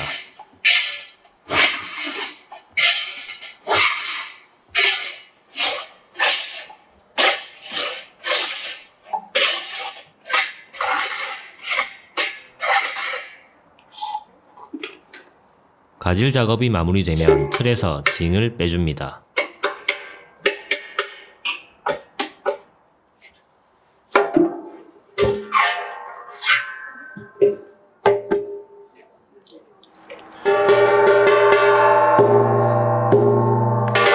이 소리가 아닙니다. 재울음 잡기가 시작됩니다. 푸두름 잡기를 통해 1차적으로 소리를 잡았던 징은 가질 작업을 거친 후 재울음 잡기를 통해 완벽해집니다. 이 작업에만 꽤 많은 시간이 소요됐습니다. 망치로 때리고 소리를 듣는 과정을 반복할수록 징의 소리는 점점 좋아집니다.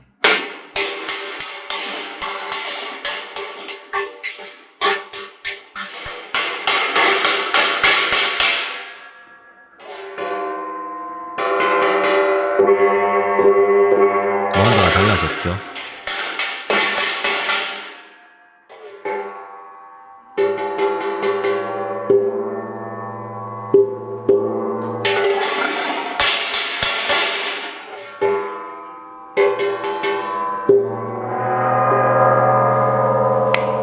재울음 잡기가 끝나고 모든 작업이 마무리되었습니다.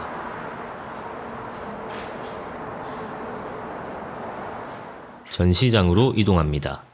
다양한 유기 제품들이 보이네요. 기회가 된다면 함양 방자 유기촌에 방문해 보시길 추천드립니다.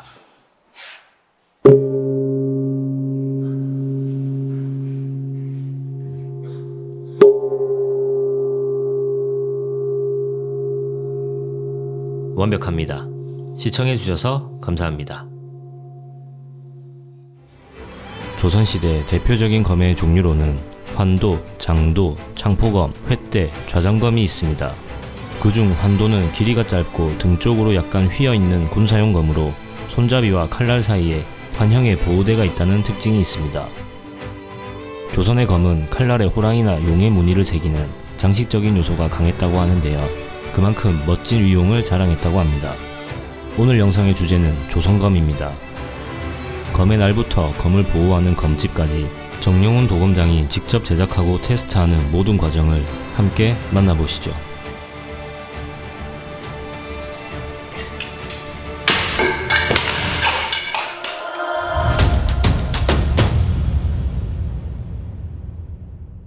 가마에 불을 붙입니다. 검의 용도에 맞는 철을 선택한 후 가마에서 가스불로 철을 달궈 칼의 모양을 신중하게 잡아 나갑니다. 철은 주로 탄소광, 특수광, 하이스광을 많이 사용하는데 탄소광은 경도는 좋지만 인장력이 조금 약하기 때문에 그 단점을 보완한 특수광을 많이 사용하신다고 합니다. 검 하나를 만드는데 보통 한 달에서 두 달이 소요되는데요. 참고로 도검 제작은 총포도검류 관리법에 의해 경찰청의 허가를 받아야 제작이 가능합니다. 도검은 정확하게는 외날을 도라고 부르고 양날을 검이라고 지칭합니다. 편의상 도검이라는 단어에 포함시켜 부르지만 굳이 나누자면 외날은 도, 양날은 검이라 부르는 것이 맞습니다. 지금 제작하는 검은 등 쪽으로 약간 휘어있는 환도의 형태로 제작될 예정입니다. 그래서 곡선이 예쁘게 잘 나왔는지 여러 번 체크하고 다듬어 줍니다.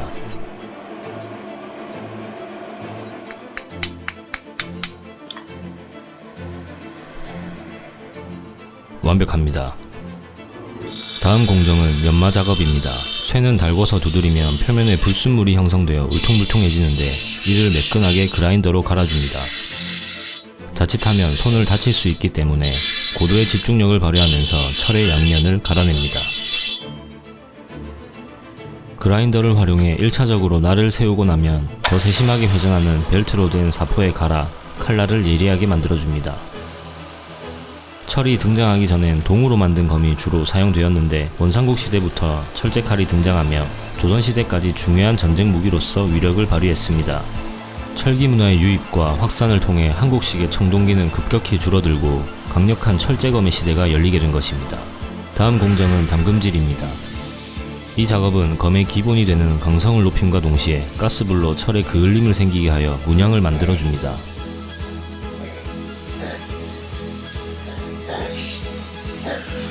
이 통의 가장 아래에는 물이 채워져 있고 그 위에는 기름이 떠 있습니다. 기름을 통과해서 물 쪽으로 내려가며 식혀줍니다. 담금질은 한 번에 정확하게 해야 합니다. 여러 번 반복하면 쇠가 삭아서 제 역할을 못하게 됩니다. 담금질이 완료되면 다시 연마 작업을 진행합니다. 이 과정을 통해 아름다운 은빛 검의 형체가 갖춰집니다. 이 연마 작업만 꼬박 하루가 걸렸던 걸로 기억하는데요. 그만큼 아주 세심하고 꼼꼼하게 작업을 해야 하는데 검의 완성도와 직결되는 작업이기도 하지만 갈다 보면 손을 베이는 일이 수시로 일어나기 때문에 집중해서 작업하기에 더 오랜 시간이 걸렸습니다. 연마 작업이 완료되면 검에 용을 새겨줍니다. 연필로 도안을 그려준 다음 조각하듯이 깎아낼 예정입니다.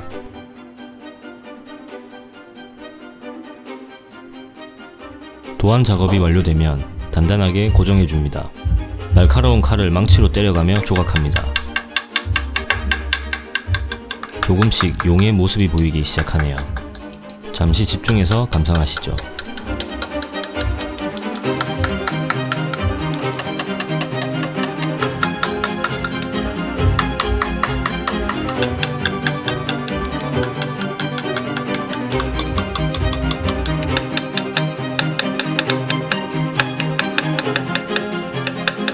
이제 검날은 완성되었습니다.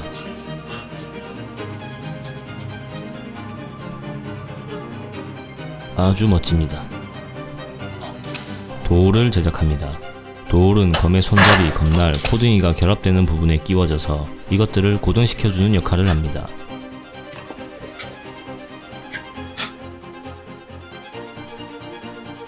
도올에 무늬를 새겨줍니다.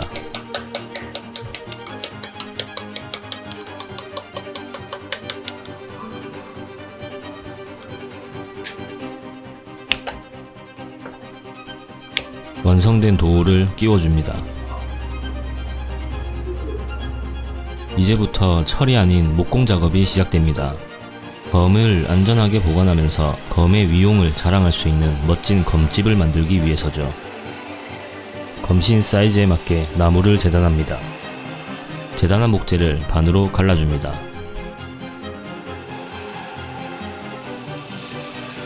기계로 표면을 다듬어줍니다.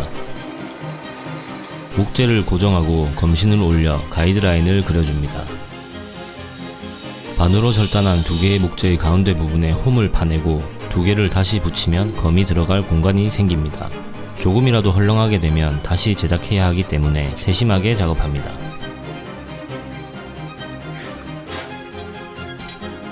딱 맞습니다. 나머지 하나도 깎아줍니다.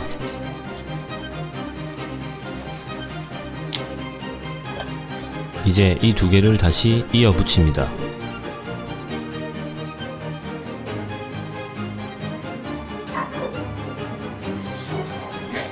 검집의 기본 틀이 완성되었습니다. 이제 표면을 다듬고 깎아 검집의 형태를 잡아줍니다. 생각보다 이 작업 시간이 오래 걸렸습니다.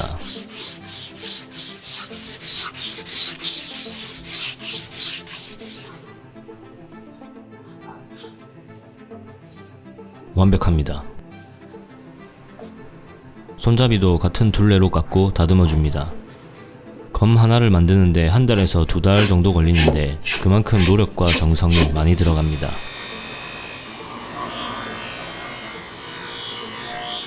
완성입니다. 검집이 완성되면 가죽을 덮어줘야 합니다. 여기서 일반적인 소나 염소 가죽이 아닌 특이한 가죽을 사용하는데요. 바로 가오리 가죽입니다. 흔히 어피라고 표현합니다. 뜨거운 물에 하루 정도 담궈둔 뒤 재단합니다.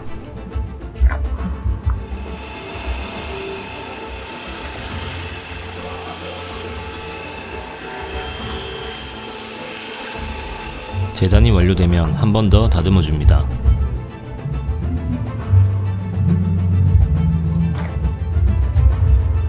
다시 뜨거운 물에 담궈 부드럽게 만들어 줍니다.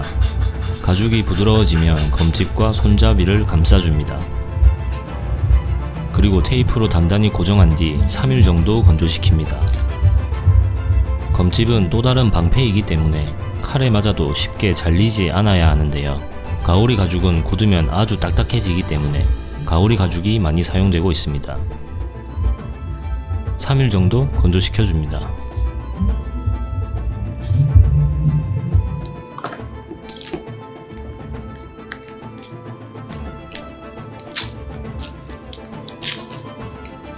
그냥 보기에도 단단함이 느껴집니다. 다시 가죽을 벗겨냅니다. 검집과 손잡이에 딱 맞는 사이즈로 다시 재단합니다.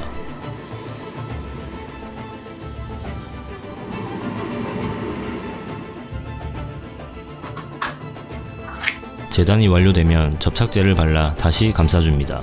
손잡이 부분입니다. 테이프로 다시 고정하고 접착제가 완전히 굳을 때까지 기다립니다. 검날 부분입니다.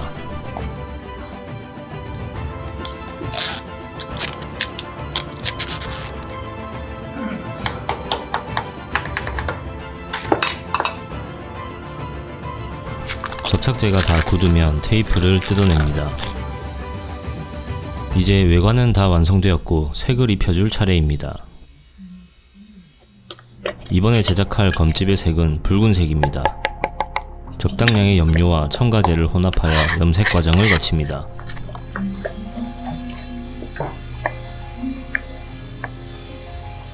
전체적으로 고르게 펴 발라줍니다.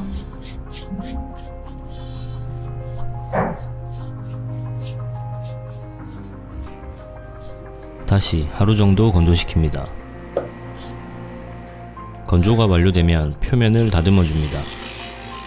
이 연마 과정을 통해 표면이 매끄럽게 만들어집니다.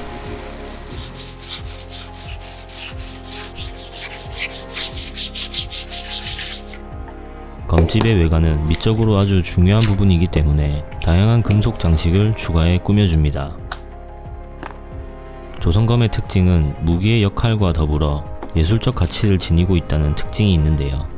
왕실에서 제작된 특별한 검들은 권위와 상징성을 지녔습니다.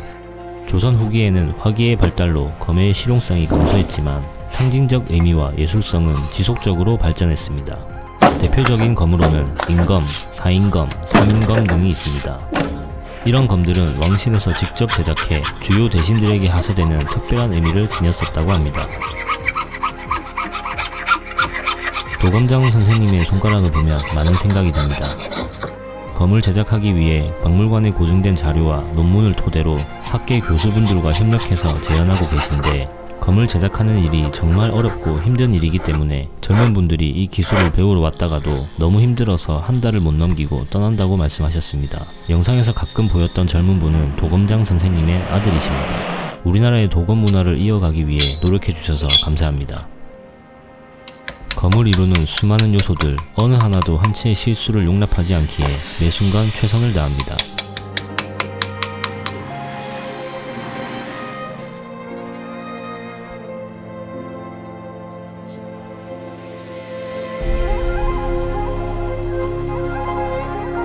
숫돌을 이용해 칼에 날을 갈아줍니다.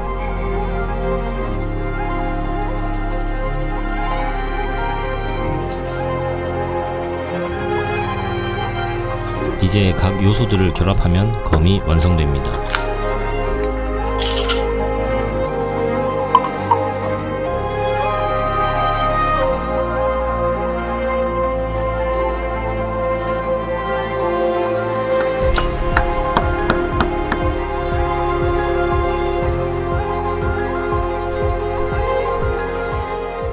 너무 예쁜데요?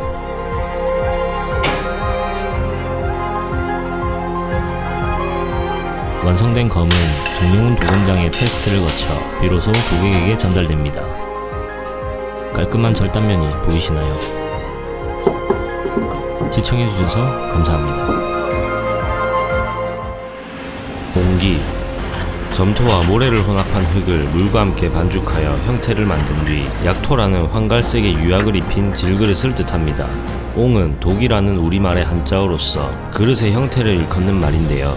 독은 선사시대부터 만들어져 음식물을 저장하거나 시신을 넣는 관으로 사용되었으며, 백제와 신라에서는 쌀이나 간장, 젓갈 등을 저장하는 데 사용했다는 기록이 있습니다. 옹기 항아리가 어떻게 만들어지는지 함께 만나보시죠. 옹기 제작을 위해선 철분, 모래알갱이 등이 다량 함유된 찰흙, 즉 옹기토가 필요합니다. 끈끈하고 차진 힘인 점력이 옹기토의 품질을 결정하는데요. 점력이 좋아 성형하기 쉬운 찰진 흙과 가마 안에 들어갔을 때 열을 견디는 힘이 내화도가 강한 흙이 좋은 옹기토라고 불립니다.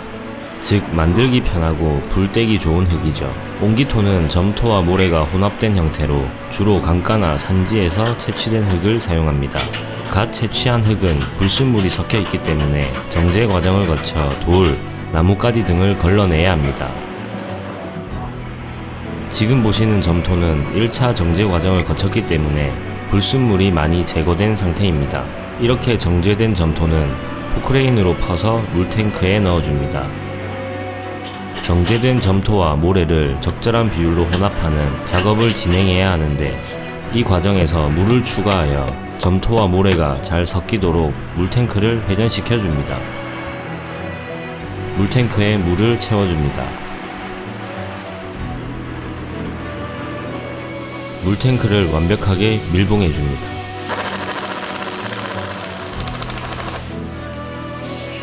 그리고 탱크를 회전시켜 잘 섞어줍니다. 이 과정에서 조금 남아있던 불순물도 제거됩니다.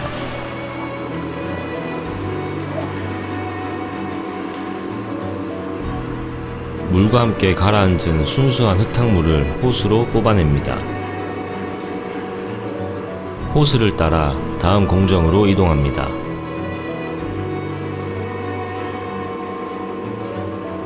이곳에서 한 번 더 불순물을 제거합니다.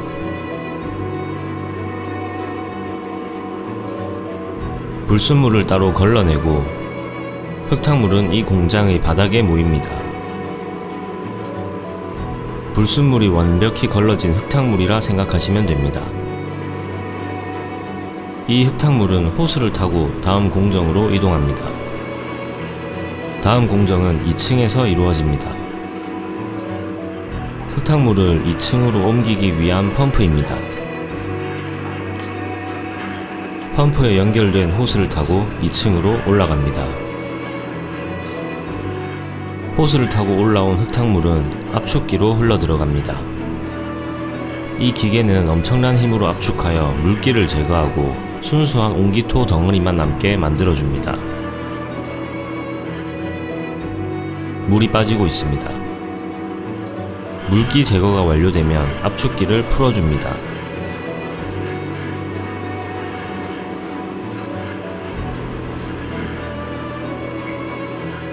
이 수많은 틈 사이사이에 옹기토가 압축되어 있습니다. 이렇게까지 완벽하게 불순물을 제거하는 이유는 옹기토의 품질은 완성된 옹기의 내구성, 투습성, 발효 능력 등 옹기의 품질에 큰 영향을 미치기 때문입니다.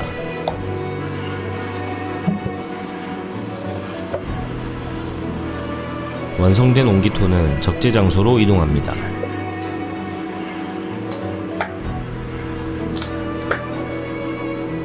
납품을 위해선 한 번 더 가공 과정이 필요합니다.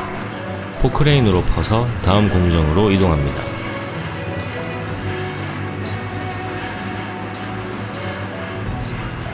이 기계는 옹기토를 네모 반듯하게 뽑아주는 역할을 합니다. 또한 옹기토를 한 번 더 반죽해주는 역할도 하는데 이 과정에서 공기가 제거되고 수분 함량을 균일하게 만들어줍니다. 잠시 집중해서 감상하시죠.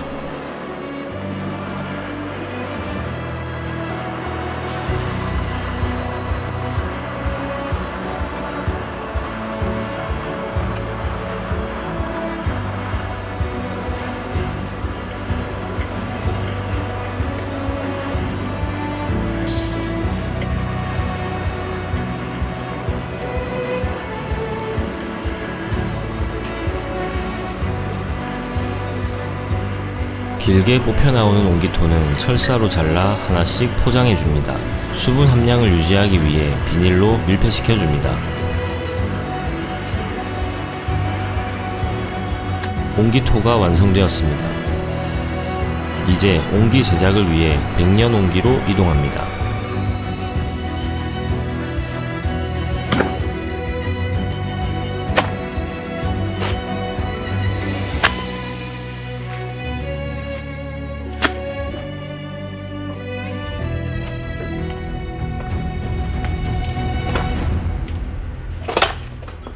이제부터 본격적인 옹기 제작이 시작됩니다. 석고 틀을 준비합니다. 석고 틀에 반죽을 넣고 눌러줍니다. 철사로 잘라가며 모자란 반죽을 추가합니다. 이 석고 틀 내부에 옹기토를 고르게 펴서 채워줍니다. 석고 틀을 고정시키고 돌림판을 작동합니다. 이 과정이 가장 중요한 부분인데요. 체중을 실어 힘을 조절하면서 두께를 고르게 만들어줘야 하기 때문입니다. 작업자의 손기술이 중요하며 작업하는 내내 힘을 써야 하다 보니 체력 소모가 큰 고된 작업입니다. 힘을 어떻게 쓰느냐에 따라 옹기의 두께가 달라지기 때문에 집중력을 발휘해야 합니다. 2인 1조로 작업하기 때문에 작업자 간의 호흡도 중요합니다. 조금 튀어나온 반죽은 잘라냅니다. 작업이 완료되면 회전판을 중지시키고 석고 틀을 옮겨줍니다. 이 석고 틀 하나가 20kg 정도 하는데요. 하루에 수십 개씩 옮기다 보면 온몸이 아프다고 하십니다. 24시간 건조 후 다음 공정으로 이동합니다. 건조가 완료되면 석고 틀과 반죽을 분리해줍니다. 석고는 물을 빨아들이는 성질이 있기 때문에 전날보다 항아리의 크기가 줄어들게 됩니다. 그래서 이렇게 쉽게 석고틀이 빠지는 것이죠. 석고틀이 제거되면 외부를 다듬는 작업이 진행됩니다. 옹기토의 품질이 좋다 보니 그냥 보기에도 아주 매끈하게 성형이 잘 되었습니다.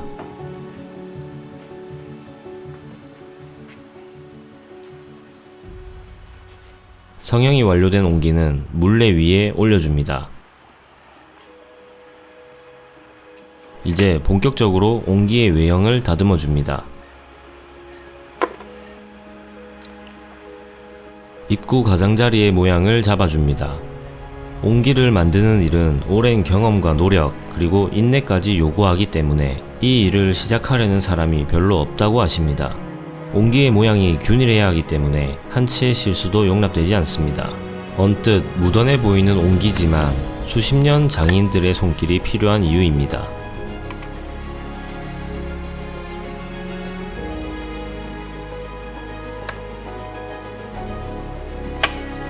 무늬까지 새기고 나면 다음 공정으로 이동합니다. 옹기의 손잡이 부분을 제작합니다. 적당량의 옹기토를 덜어내고 틀에 넣고 눌러주면 완성입니다.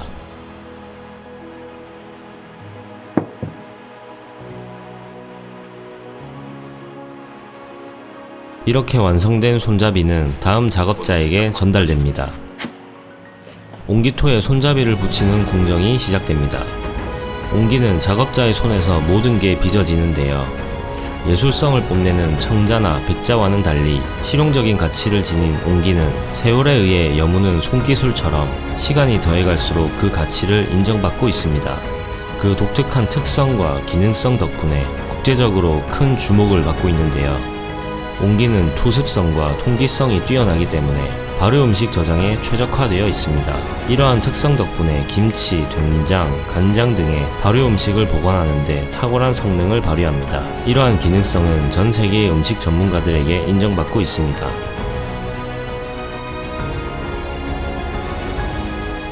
손잡이와 항아리의 틈을 메꿔줍니다. 작업자의 섬세한 기술이 요구됩니다. 손끝에 물을 묻혀가며 매끈하게 다듬어 줍니다.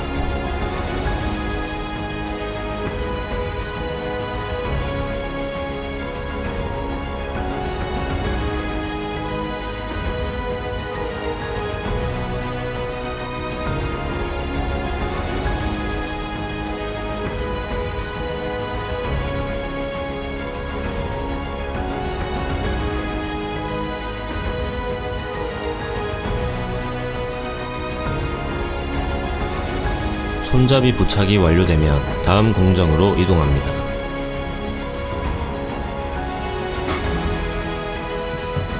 항아리에 로고를 새겨줍니다.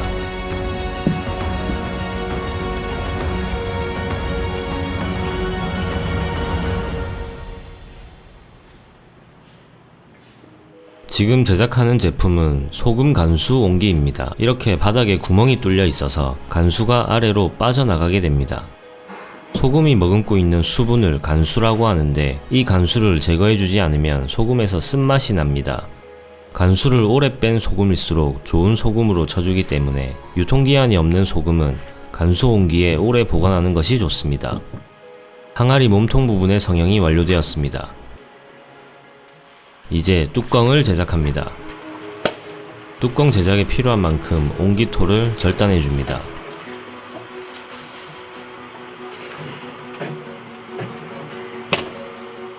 마치 롤케이크를 절단하는 것 같습니다.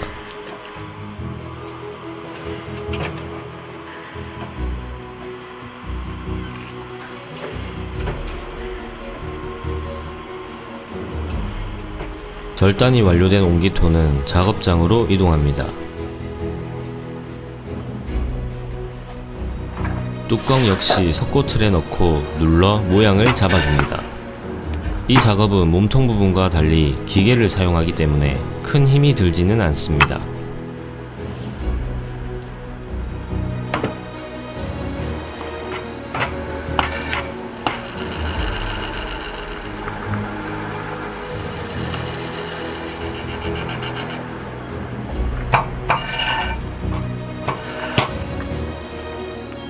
작업이 완료되면 다시 건조시켜 줍니다.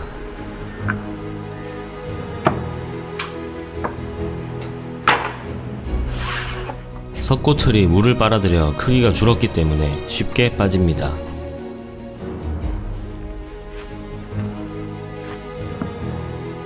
뚜껑의 표면을 다듬어 줍니다. 물레에 올려 회전시키며 작업합니다.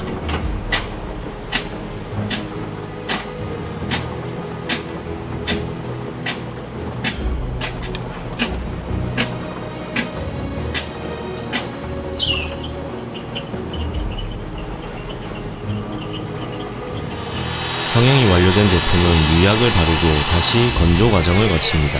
유약을 바르는 이유는 여러 가지가 있는데요. 옹기 표면에 방수층을 형성하여 액체가 옹기 내부로 스며드는 것을 방지해 줍니다. 또한 표면이 매끄러워져 세균이나 곰팡이의 번식을 억제하고 음식물의 냄새나 맛이 옹기에 스며드는 것을 방지해 줍니다. 그리고 유약이 옹기의 기공을 메워줌으로써 온도와 습도의 변화를 조절하는 데 도움을 주기도 합니다. 이와 같이 옹기 항아리에 유약을 바르는 것은 단순한 코팅 이상의 다양한 기능적, 위생적, 미적 이점을 제공하여 옹기의 품질과 사용성을 크게 향상시켜 줍니다. 유약이 발라진 옹기는 다시 건조 과정을 거칩니다.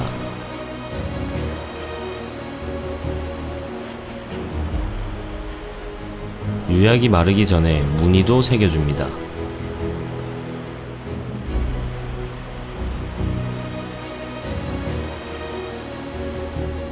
건조가 완료된 뚜껑에도 유약을 발라줍니다. 유약은 인근 산에서 구할 수 있는 부엽토와 나무를 태운 재로 만든다고 합니다. 자연에서 구한 재료이기 때문에 몸에 해롭지 않습니다. 그렇기에 주로 식품을 저장하는 옹기 제작에 적합합니다.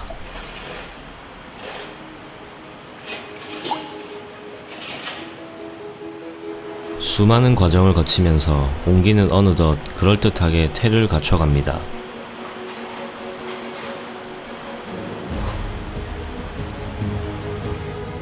건조가 완료되면 옹기의 밑부분을 살짝 깎아냅니다. 바닥 부분의 유약을 깎아내지 않으면 가마에서 옹기가 서로 한 몸처럼 딱 달라붙어 불량품이 될 수 있기 때문입니다.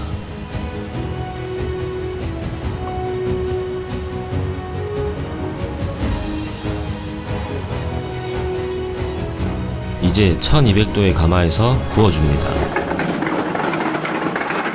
석고틀로 옹기를 만들기 시작하면서 대량 생산이 가능해졌고 이곳에서는 하루에 수백 개씩 옹기를 생산하고 있습니다. 요즘은 간수 항아리에 대한 관심도 높아져서 판매량이 상당하다고 하십니다. 관심 있으신 분들은 고정 댓글 링크를 확인해주세요.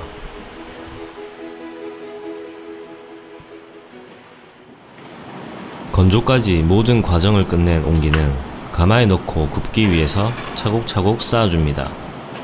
이때 작업자는 어느 때보다 신중합니다. 이 일을 가마 재임이라고 하는데 옹기를 구울 때 가스 비용이 상당히 들어가기 때문에 한 번에 최대한 많은 양을 넣는 게 관건입니다. 가마 재임 작업이 완료되었습니다. 옹기를 실은 수레는 레일을 타고 가마 안으로 들어갑니다. 들어가면서 가마 벽에다 깨질 수 있기 때문에 천천히 확인하면서 넣어줍니다.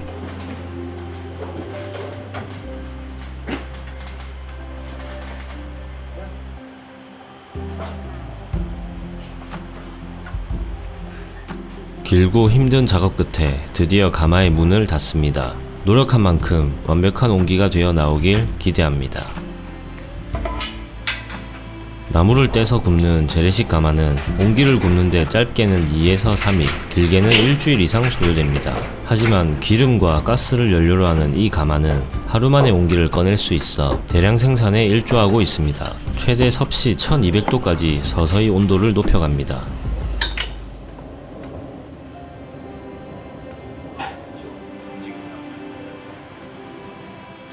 옹기가 다 구워졌습니다.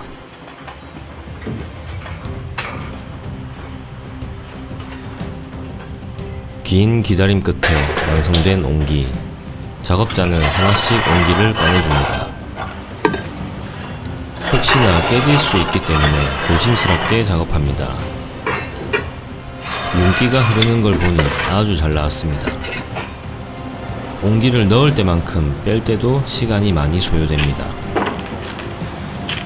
아직 열기가 남아있어서 상당히 뜨거웠는데요. 카메라만 들고 있는 저도 땀을 엄청 흘렸던 기억이 납니다.